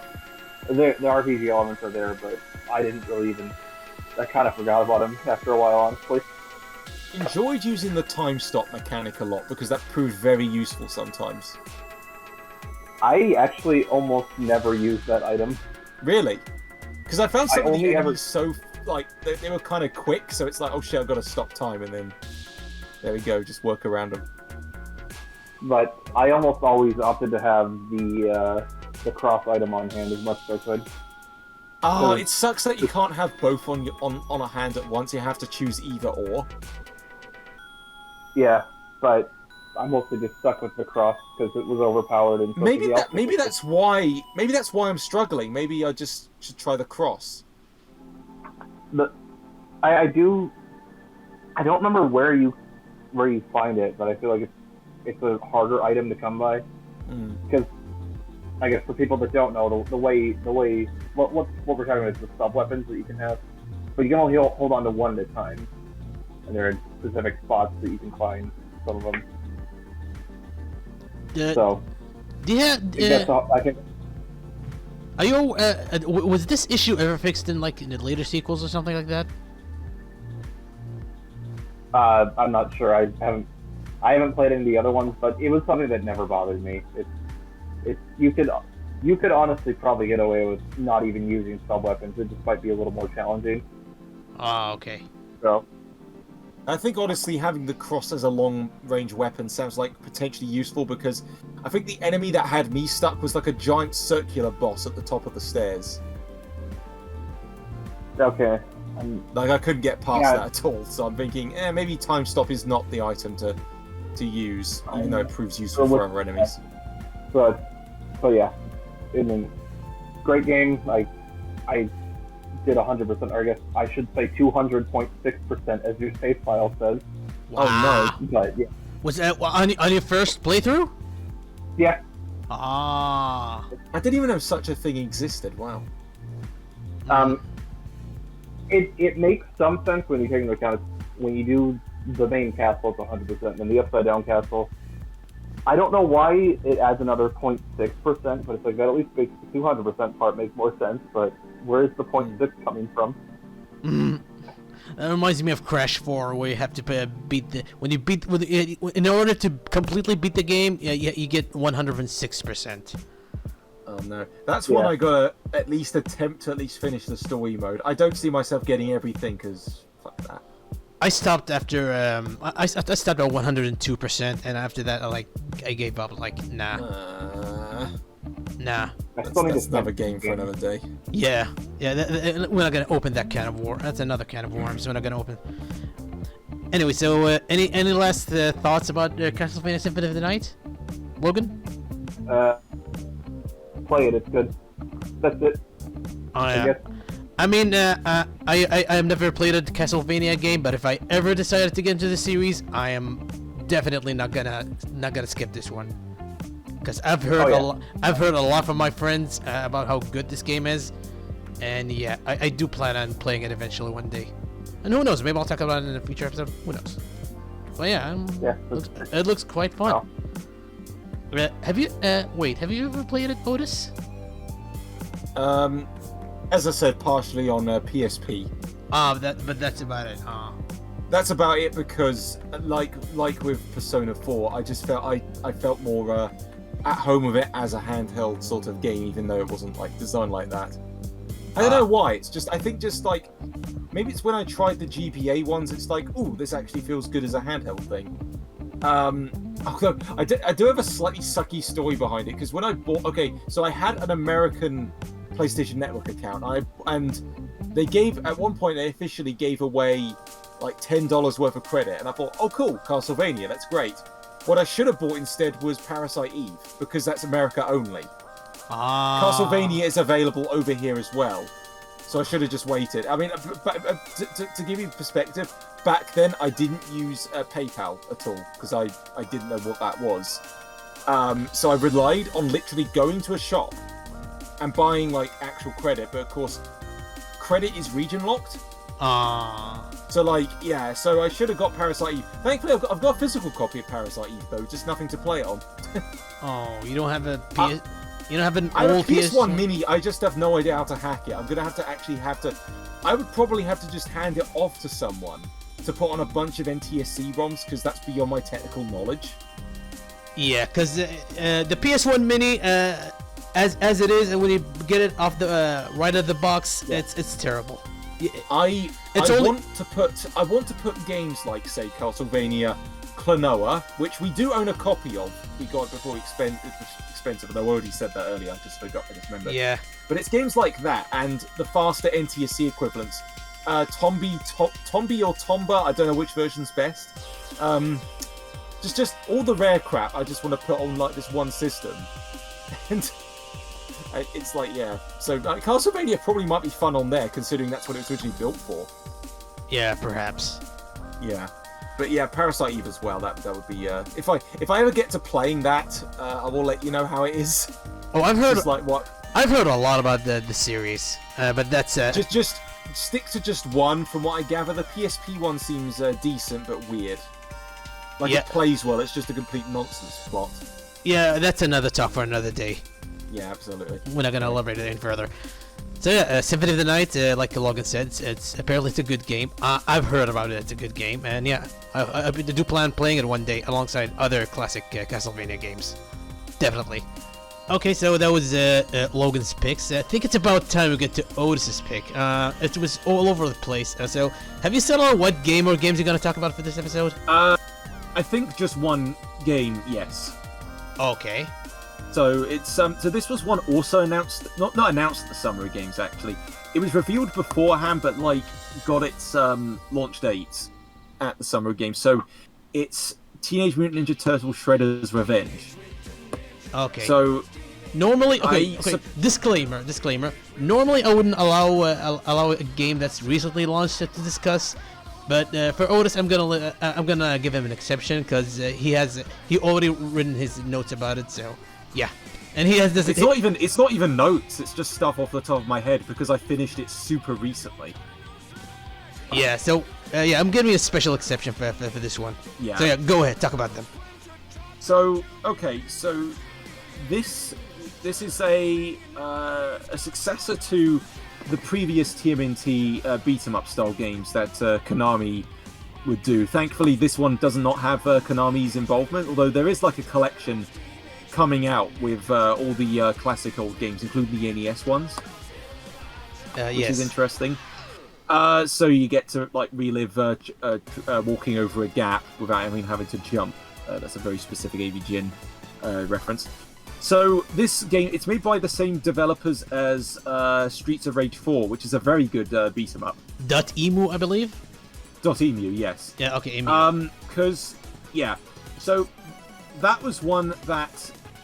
So I'm not like big on Streets of Rage. Like to me, it's just okay. But 4, it definitely had this sense of like the developers actually caring like how the game felt. Because I think that's one I would actually like to play more of. Actually, it's not on my Switch; it's on my brother's. I might get the physical cartridge to be honest with that. But yeah, so .emu, I don't know what else they made aside from Streets of Rage 4 and this, but I would say because it's very easy to get a retro revival wrong, because this is more delving into platformer territory. So what was it called? Didn't Was it Wonder Boy or Monster Boy? I'm trying to remember which one it is. Wonder Boy. Okay.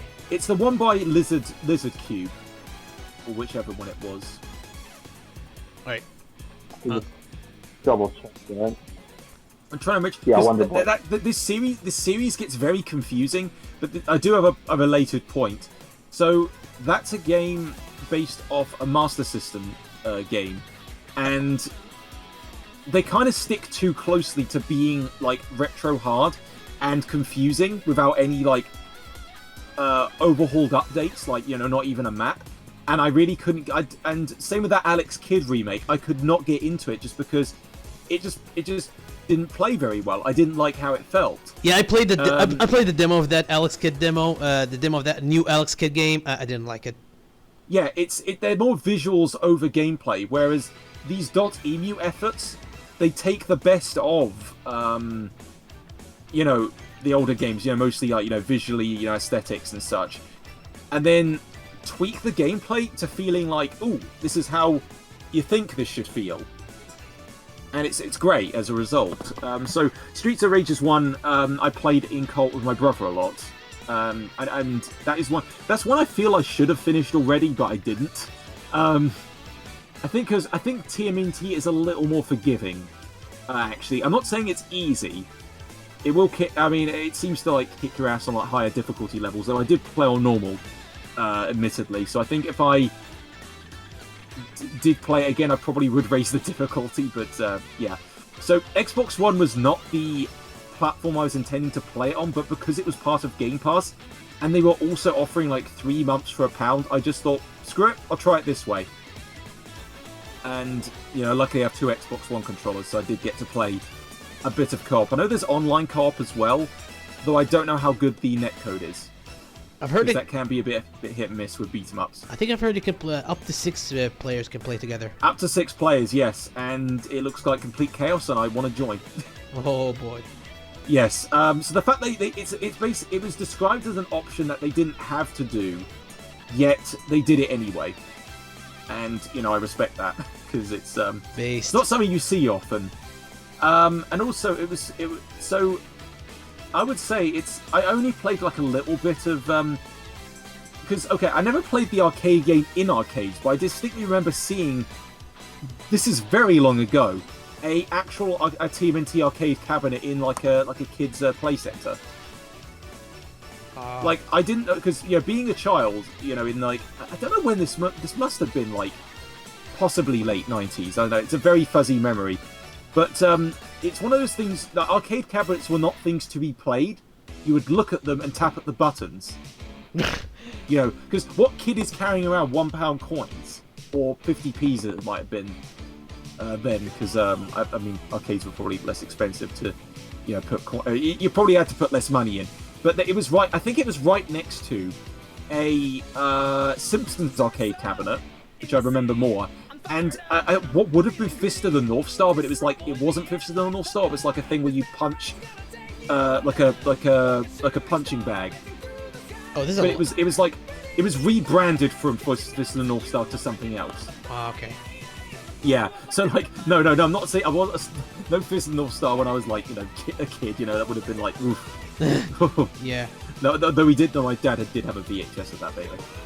So yeah. So I did try a bit. I tried bits and pieces of each of the older games, like the SNES one.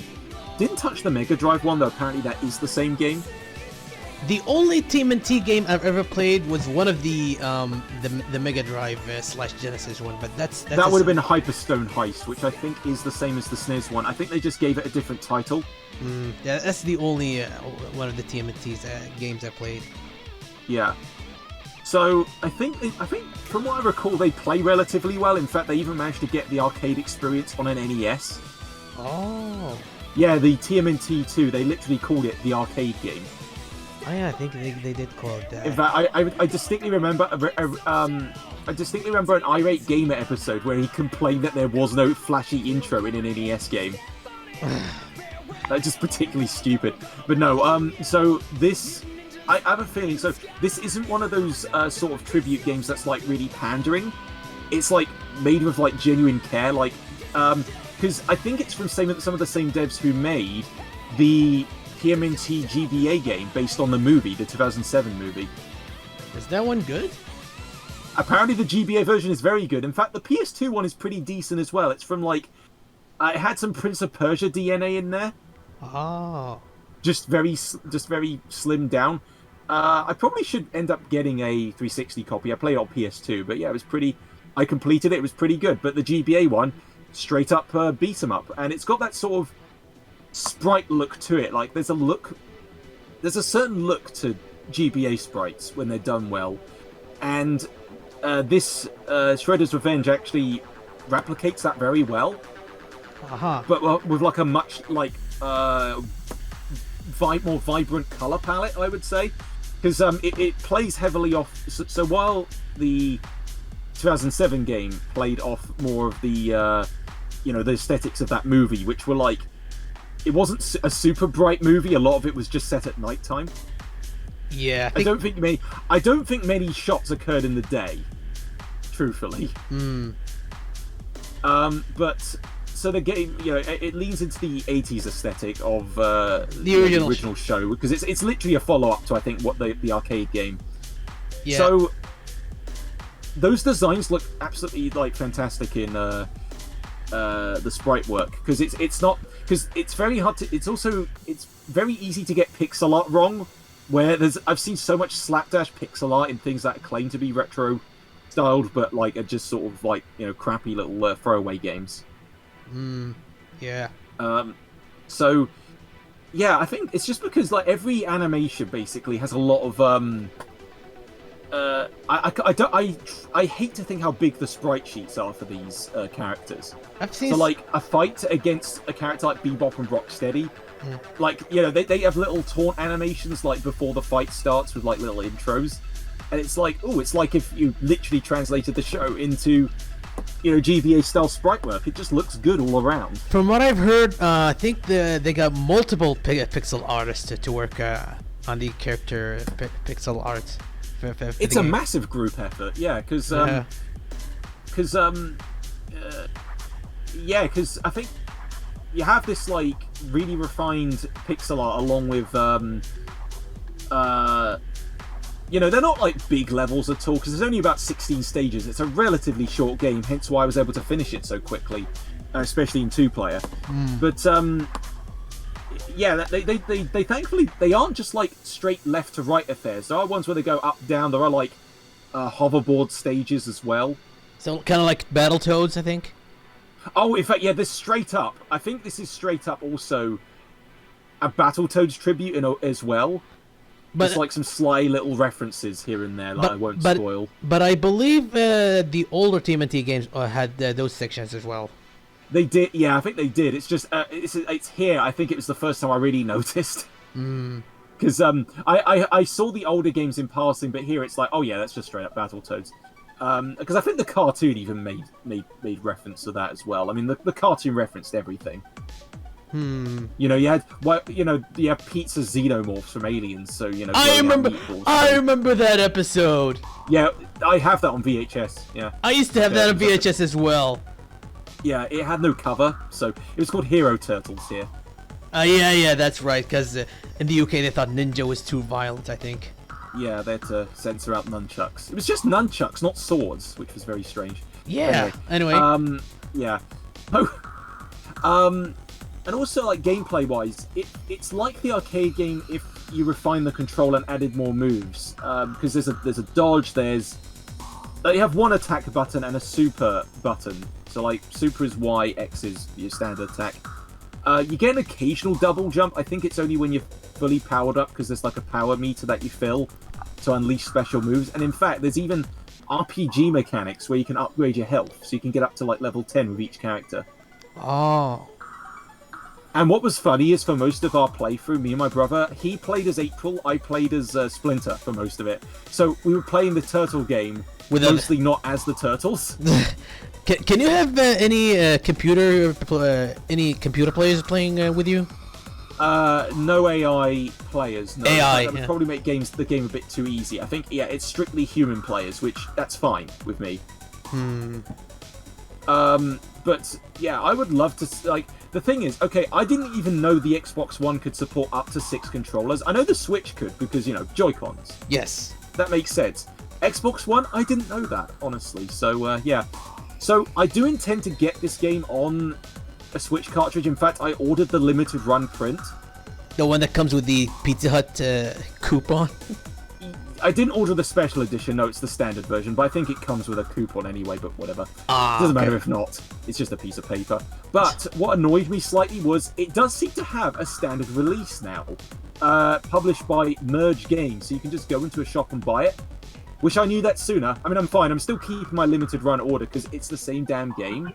But I'm just thinking and also I was a little skeptical because I thought that's not listed on Amazon. It's on Base, which is like another retail website, which I don't know as much about. So I was like, yeah, it's a bit cheaper, but I'm thinking, and until I physically see one in person in a shop, I'm not going to quite believe that listing, because sometimes listings of games will sometimes pop up without any real concrete information. I'm pretty sure that one is real, but just the fact that it's not listed on Amazon is a bit strange. But I'm thinking, okay, I would say, at least it isn't just a limited release print. Like you can just go into a shop and buy it because I don't know how much it would be though because I think it's £20 digital. I think so. I think that's like a good price for that sort of game. I think it's 30 physical. So I think if you're just getting it for the fact like, hey, it's this cool thing that I'm just glad it is getting a physical because for a game that good, it deserved it basically. Side note. Okay, I hope I don't. Have you played the DuckTales remaster? Because I have the physical copy of that one for the Wii U. PS3 only. Yes, it was PS3 only in the UK. Other formats didn't come out here. Because I got it physical for the Wii U. Was it any good? Oh, lucky. Oh, it's good. Play it on easy your first time around because it's NES hard on anything else. Okay. And I believe you unlock the original games once you beat it. No. Really? Nope. No. The only way you can play, I'd say, like old DuckTales is via that Disney collection on Xbox One and PS4. Okay. Probably. Yeah, there's no unlockable to my knowledge. If there was, it was hidden. Oh. Never mind. Maybe. Yeah. But no. Yeah, hold on. Yeah. I was gonna say I've played DuckTales Remastered quite a bit. I'm not saying like I know everything about it, but it's like I feel like I probably would have come across that. There wasn't anything like that. I first played the original by buying an actual NES cartridge. So. Okay. Yeah, so did my brother. I'm surprised he even finished that. I could only finish the first one with rewinds on that collection. Because there are some bullshit parts, but yeah. Anyway, I would say in comparison with something like, so if you compare DuckTales to something like TMNT, I would say DuckTales is fine. Like it plays fine. It has some good updates, but I would say visually, like the main characters look good in that game. It's just the backgrounds are that sort of basic 3D. I see. Look, where it's like. It doesn't look the worst. I've seen far worse retro, like, revival type games, although it's tricky to pick any off the top of my head because I only like to remember the good ones. Because it's like, you know, I struggle to remember bad retro revivals, but I know examples of how bad ones can look. Sorry? Pro Skater 5, that's a bad one. Oh! Yes. Tony Hawk. Yeah. They tried to add a crappy cel-shaded filter to that to like excuse the bad graphics. Didn't work. No, it didn't work. No. At least 1 and 2 made up for it, and apparently those Switch ports are actually pretty good. Yeah. Before Vicarious Vision were sent to the COD mines by Activision. But yeah.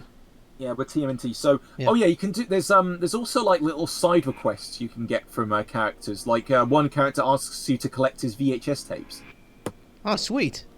Yeah, like they give you just bonus points to upgrade your character. Like they're nothing like extensive, but it's just neat. It's just a kind of fun thing on the side, really. And yeah, I would say most of the challenge lies probably in the arcade mode, where there's no lives, there's no continues, limited lives, and no saved progression. So if you really want to challenge yourself, I guess that's something you can try. I see. Yeah, it's for the old school, you know, hardcore players. It's a good option to have. And also, I think, this is on top of. Oh yeah, you also get to unlock a bonus character at the end, but I won't say who. Probably kind of obvious who they are. I think they already showed it, but I won't say here anyway, just in case someone doesn't know. Oh, okay, fair enough. But no, it's cool. And also, even more surprising, there's voiceover. Oh. Not in every cutscene. Oh yeah, this is another thing. So there are little like there are endings for each character actually. It's just a one-screen affair. So I got one for Splinter, which was neat. Oh, okay. So not for April because I think it only applies to the first player. Oh. So yeah. So basically, I got to sort of see Splinter's ending, but not April's. So it's like which isn't fair because April finished off the final boss. Because it was up to my brother to finish off the final boss, which was pretty funny. Yeah, I believe because I was just lying unconscious on the ground. Yeah, I believe. Speaking of April and Splinter, I believe this is the first game where they're playable. I think so. Yeah, it certainly feels like it. But yeah, the move sets they're pretty wacky. Honestly, it suits the characters. You know, Splinter uses his he just claws the air. He can meditate. Oh yeah, there's even like a high five mechanic where if you can pass your health from one player to another. Oh, so it's kind of like Kirby. He kind of does that in Superstar. Yeah, there's no smooching. It's just high fives. Yeah, you don't kiss the homies. Yes. Yeah. Although some of the sprite. Okay, the funny thing is, when you try to revive a character, you use pizza. Oh, that's the thing. Trying to revive characters in some tight situations where there's enemies just like throwing projectiles at you and slashing at you, that can be a bit tricky. You can kind of get locked into a like a back and forth of like praying that the enemy doesn't hit you while you're trying to revive him, because there's like a 10-second countdown. Oh no, so you're vulnerable. It's fine, but thankfully the timer pauses while you're holding the button. Oh, okay. So it feels like one of those modern concessions to, you know, stream things along. Because actually, I was reminded, this is also related to limited run stuff. So the only games I ever got from them were Oddworld, and my brother got some like Shantae game, and I got the Scott Pilgrim beat 'em up. Oh yeah, how does it? Yeah, so that's a good one, but it does have its moments of stiffness, which TMNT did not, because movement is relatively slow in Scott, whereas TMNT it's very fast. Ah, okay. So it's a lot more immediate satisfaction. Scott is still good, but it feels better as a single-player game, because in co-op, a lot of it does feel a bit clumsy. Because there's like, enemies will knock you over constantly, to the point of annoyance. Whereas in TMNT, that's not as much of a problem. So I would say, it doesn't mean Scott is bad, it just means that it feels like, you know, that is like a decade-old game. Yeah, because which is like a tribute to other decade-old games. Yeah, whereas this is like a modern-day take on that. Yeah, and because Scott Pilgrim is a little older compared to Shredder's Revenge. So it was the earliest, yeah. It was a port that needed to happen though, because it was like, you know, it was taken off digitally. Yes. So now it's available on everything, and that's great. Yes. So, you know, yes, it's still a bit of a flawed title. It's probably not as refined as a lot of people remember, but it exists, and I'm glad that's why I'm glad TMNT has a hard copy as well. Yeah, and that it's an actual like retail thing you can buy, as well as being a limited print, which I didn't know beforehand. But it's like, whatever, I spent the money now. Yeah, because for a little while, I remember some YouTubers making videos about this. Scott Pilgrims was almost gonna go lost. Was going to become a lost piece of media. Because it was never on PC. It was never on PC or anything. Exactly. And I on my PS3 I had a demo of the PS3 one. I never bought it, stupidly. But no, I mean, I don't regret it now because I have a Switch cart, so that's even better. Yeah. Yeah. Patience pays off in some regards. Sometimes it's overdue for a lot of it, but you know. Yeah. You know, people find ways around it. I think someone might have like tried to emulate it on 360 initially. Oh. I think that's easier to do than PS3. But I think PS3 emulation's coming along now, actually. Yeah, but it's still, you know, not as easy as the 360. No, all I wish for PS3 emulation, side note, is to get those Ratchet and Clank games working well. Yes. Because those haven't been ported. I mean, you can find those games no problem. It's not like Scott Pilgrim where that was literally vaporware for a little while. But still, it's like, you know, every time I boot up the PS3 in the rare instances I do, it's like I have to take care of it, basically.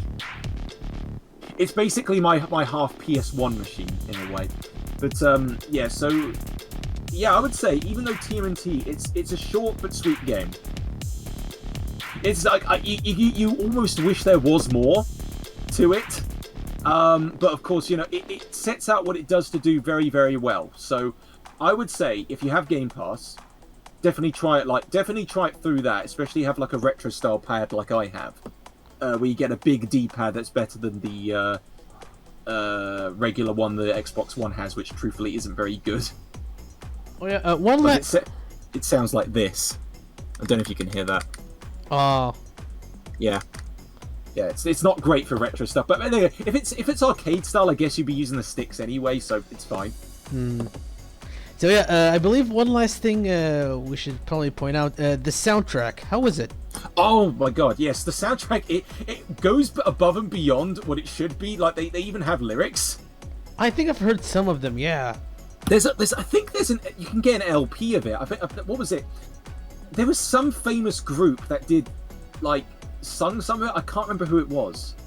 I should know. Not Wu-Tang. Was it Wu-Tang Clan? It is the Wu-Tang Clan. Yeah, Wu-Tang Clan. I got that right. That was a complete guess. Yeah, two members of Wu-Tang Clan. I'm not familiar with them outside of them releasing old martial arts movies, but honestly, now I understand the association. Yeah. Yeah. At least they're part of a beat 'em up that's good this time instead of the crappy PS1 one with the awkward controller. Yeah, that one. I believe. But yeah, though honestly, I want to just listen to the soundtrack solo. Believe it or not, it was mostly composed by T. Lopes, the guy behind the Sonic Mania soundtrack. Oh, nice. Yeah. Yeah, no wonder it sounds good. Yeah. I believe even Gabe.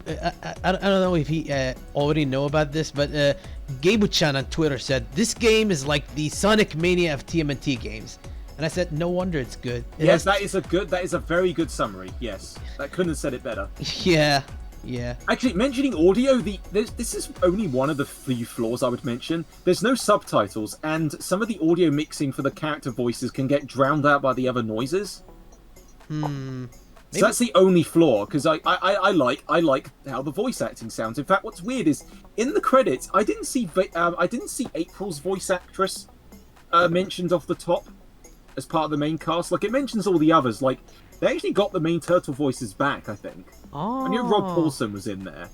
Yeah, crazy enough about Bubsy himself. Yeah, crazy thing about Rob Paulson and TMNT in the original 80s show, he voiced I believe Raphael, but in the 2013 TMNT show by Nickelodeon, he voiced Donatello for some reason. Absolutely criminal that was taken off Netflix because I wanted to watch more. They only had seasons 1 and 2. Oh, season 2. And yeah, like it's just that's a thing with the UK. Sometimes they just restrict seasons, and apparently it's back up on Netflix, but only in America. So yeah, it's an underrated show. It's really good. It's probably... Yeah, I need to get my hands on the full DVD set. I know that show never got any good games. I don't think. No.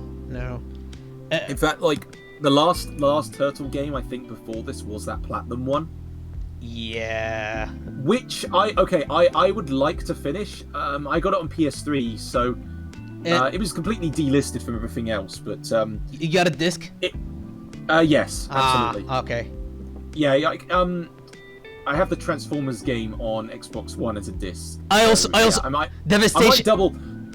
double dip with that. I used to have a PS3 copy, but I might double dip with a PS4 one. In fact, I have it as a PS Plus bonus. Oh, even though that was delisted, I actually got the disc version of Devastation. One of the earlier PS4 games I played when I got the system in 2017. Really good. It was lucky compared to Korra. That didn't get any chance. Yeah.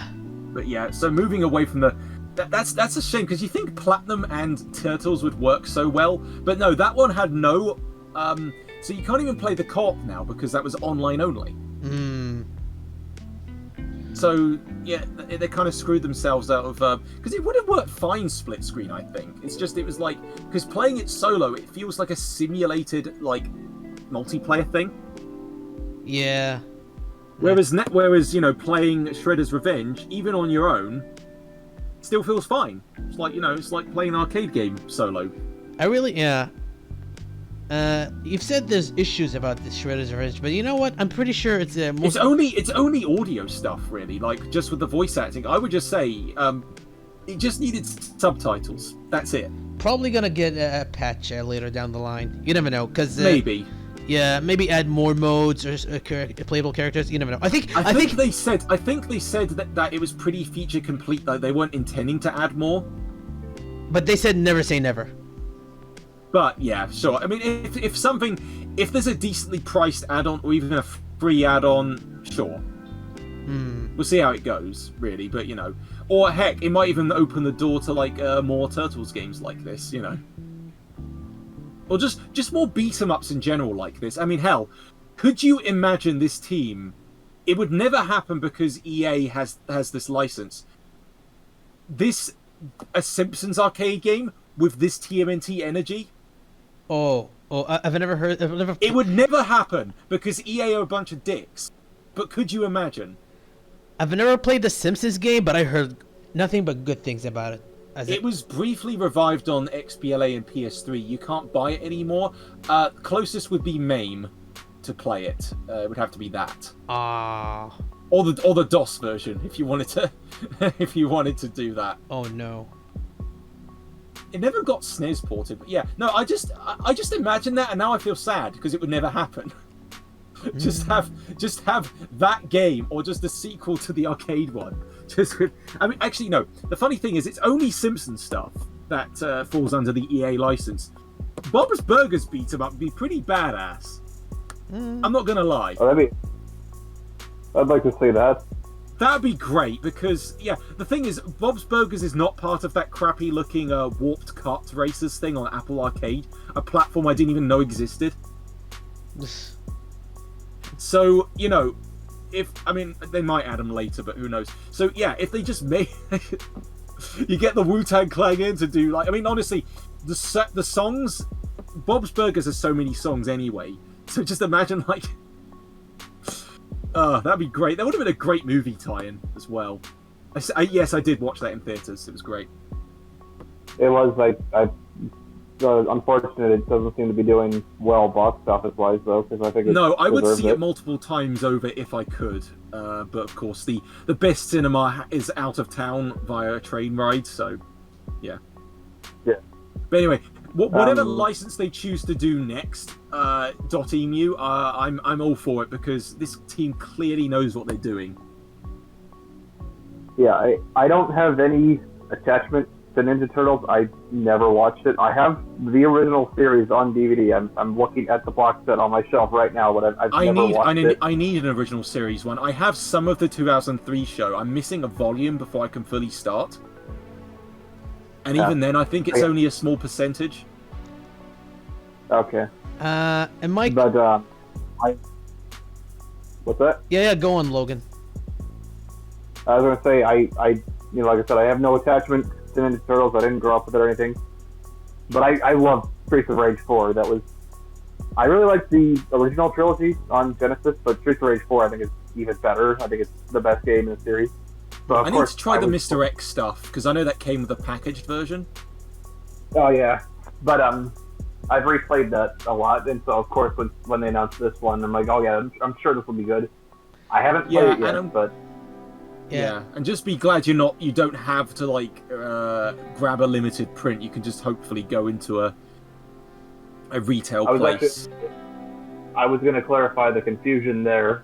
So basically, I guess the physical version is being handled by different publishers depending on region, and Limited Run is the one that's handling the publishing in North America. But it's still it's not a limited release here, even though they're handling it. It'll still be in stores. They're just handling. I saw that with things like Sam and Max. Like it said, go to your local Walmart or something. I was like, wait, what the fuck? It was like, it's just very strange.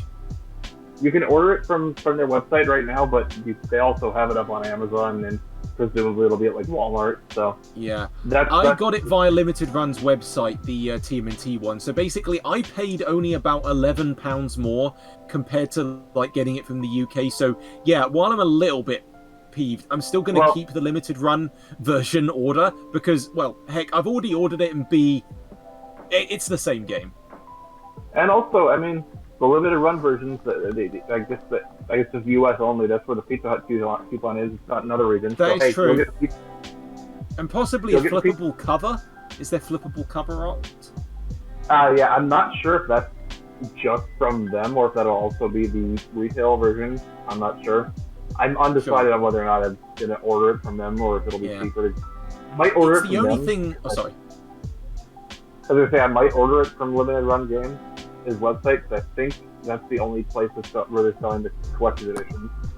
I will say But- this, compared to the way Limited Run used to do things, like their pre-order section actually makes sense now. Because before they used to do a thing where they only had so many copies made, and you had to be in a real rush to order it. Like, every detail had to be confirmed.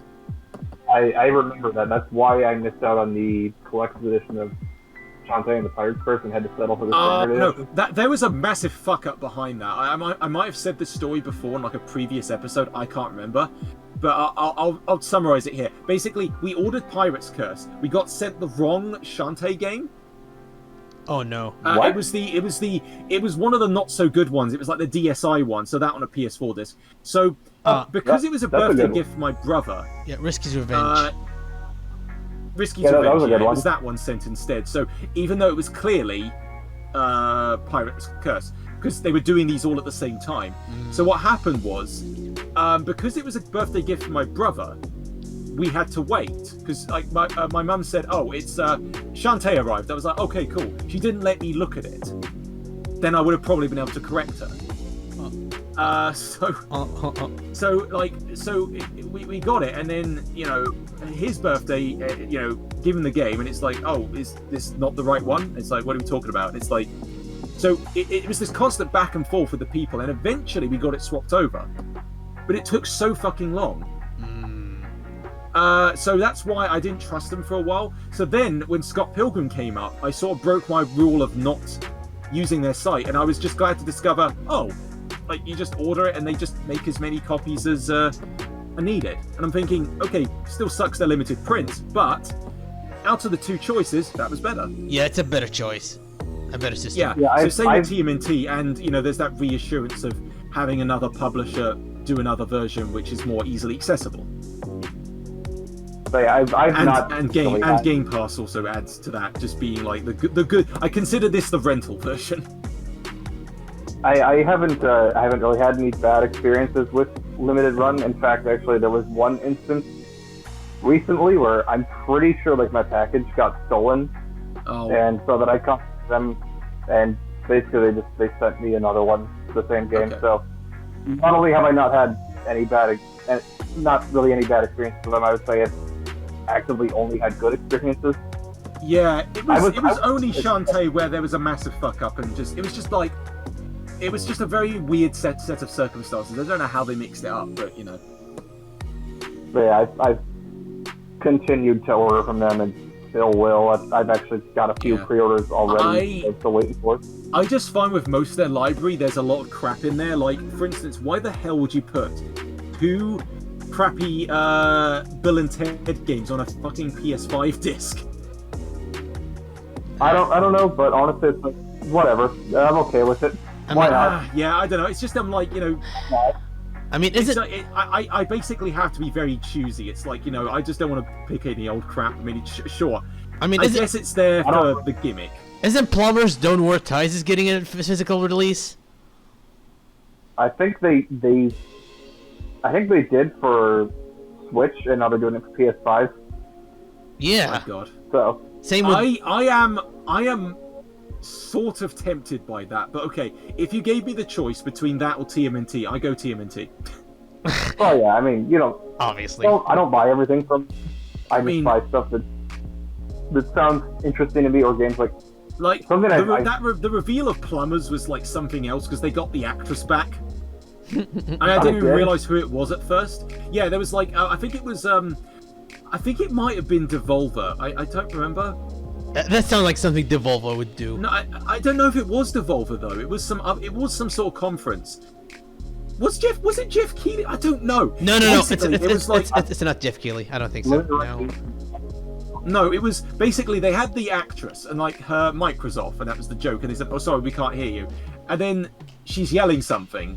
Then they unmute and she says, "Plumbers don't wear ties." And then it just hit me. It's like, oh shit, that's her. Yeah, that sounds like something Devolver would do. Yeah. So, but yeah, that is one I would probably try it digital, maybe. I don't know. But part of me does want the packaged version, but it's like, yeah, I got to make a choice, really. So it's like, TMNT came first. Yeah. So it's just like, that and Klonoa, although Klonoa is like an actual normal release, so yeah.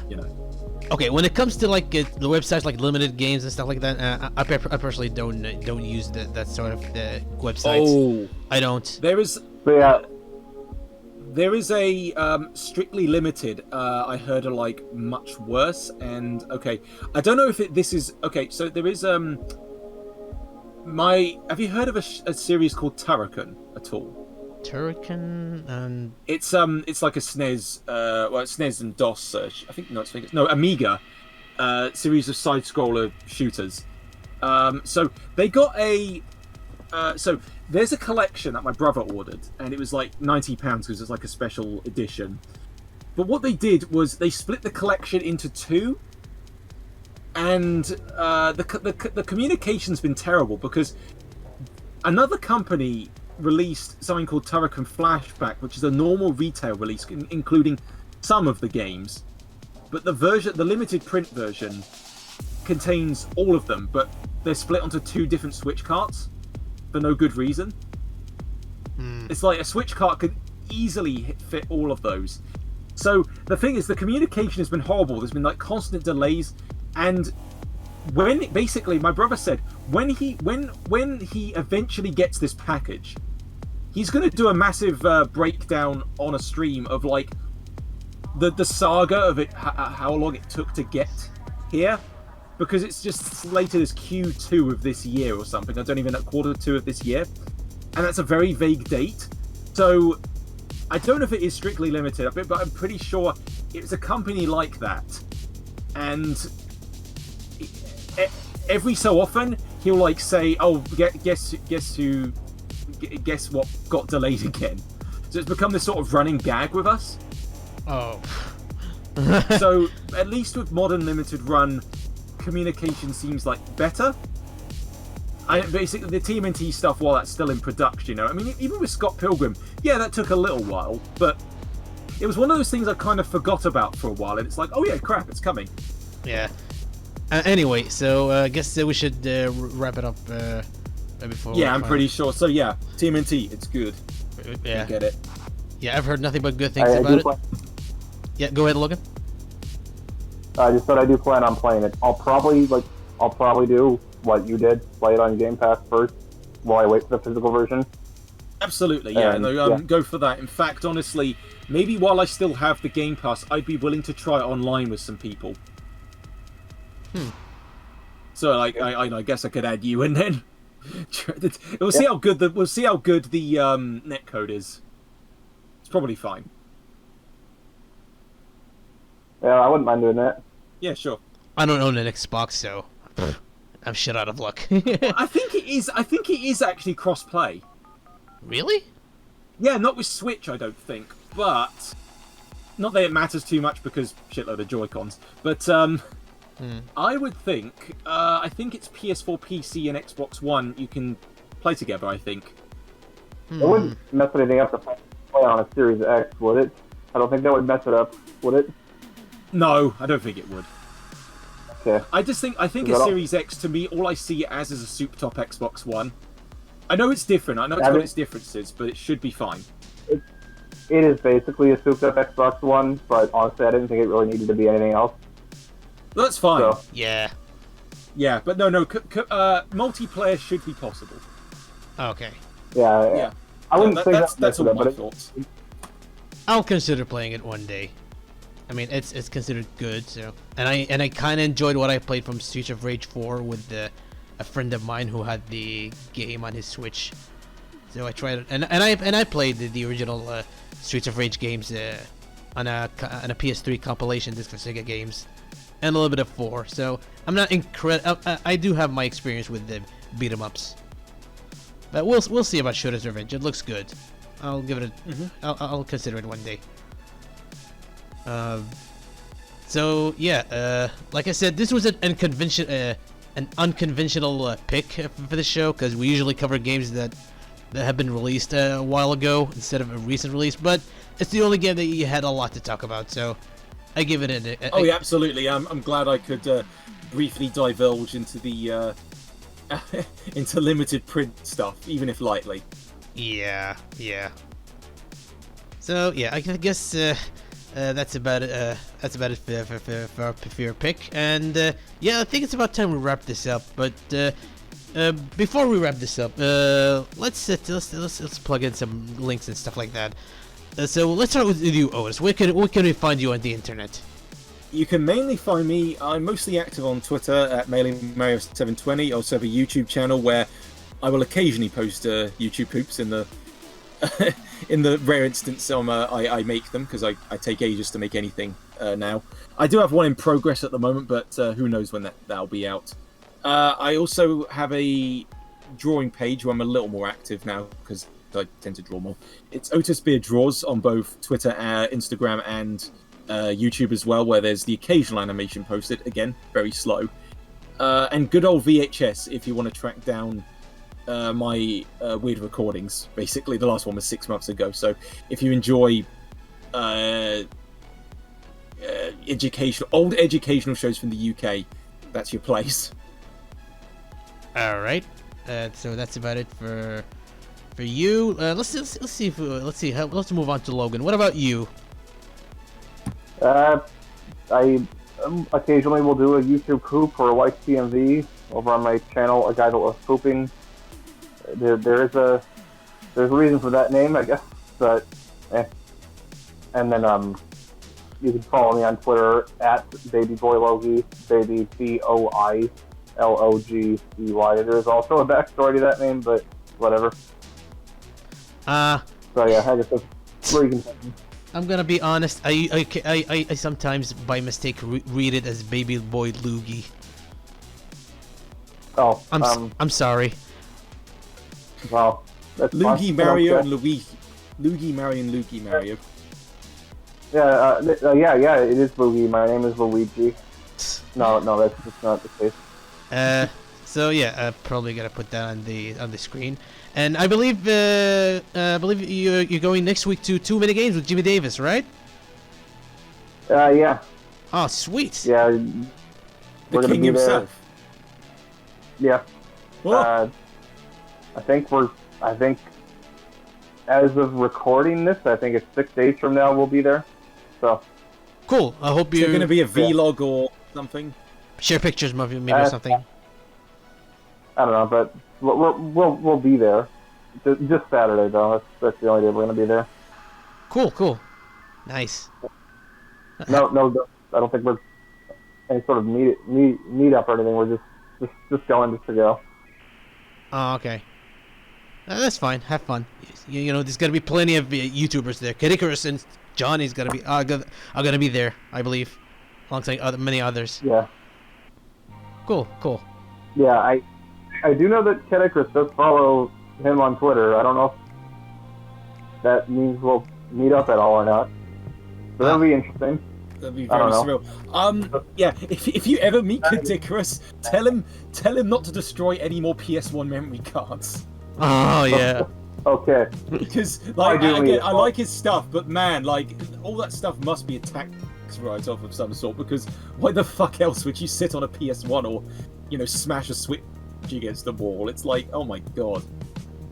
Probably the insurance costs more. I don't know. No, for sure. If we will Adel meet him, I would assume he'll be busy. I don't know. So. That's going to be, honestly, big popular guy, he's going to be crowded. Yeah. Yes. But I'm pretty sure he's doing a panel, so...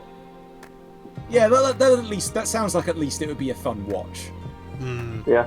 Yeah. Anyway, so yeah, have fun with 2 minute games with you and Jimmy Davis.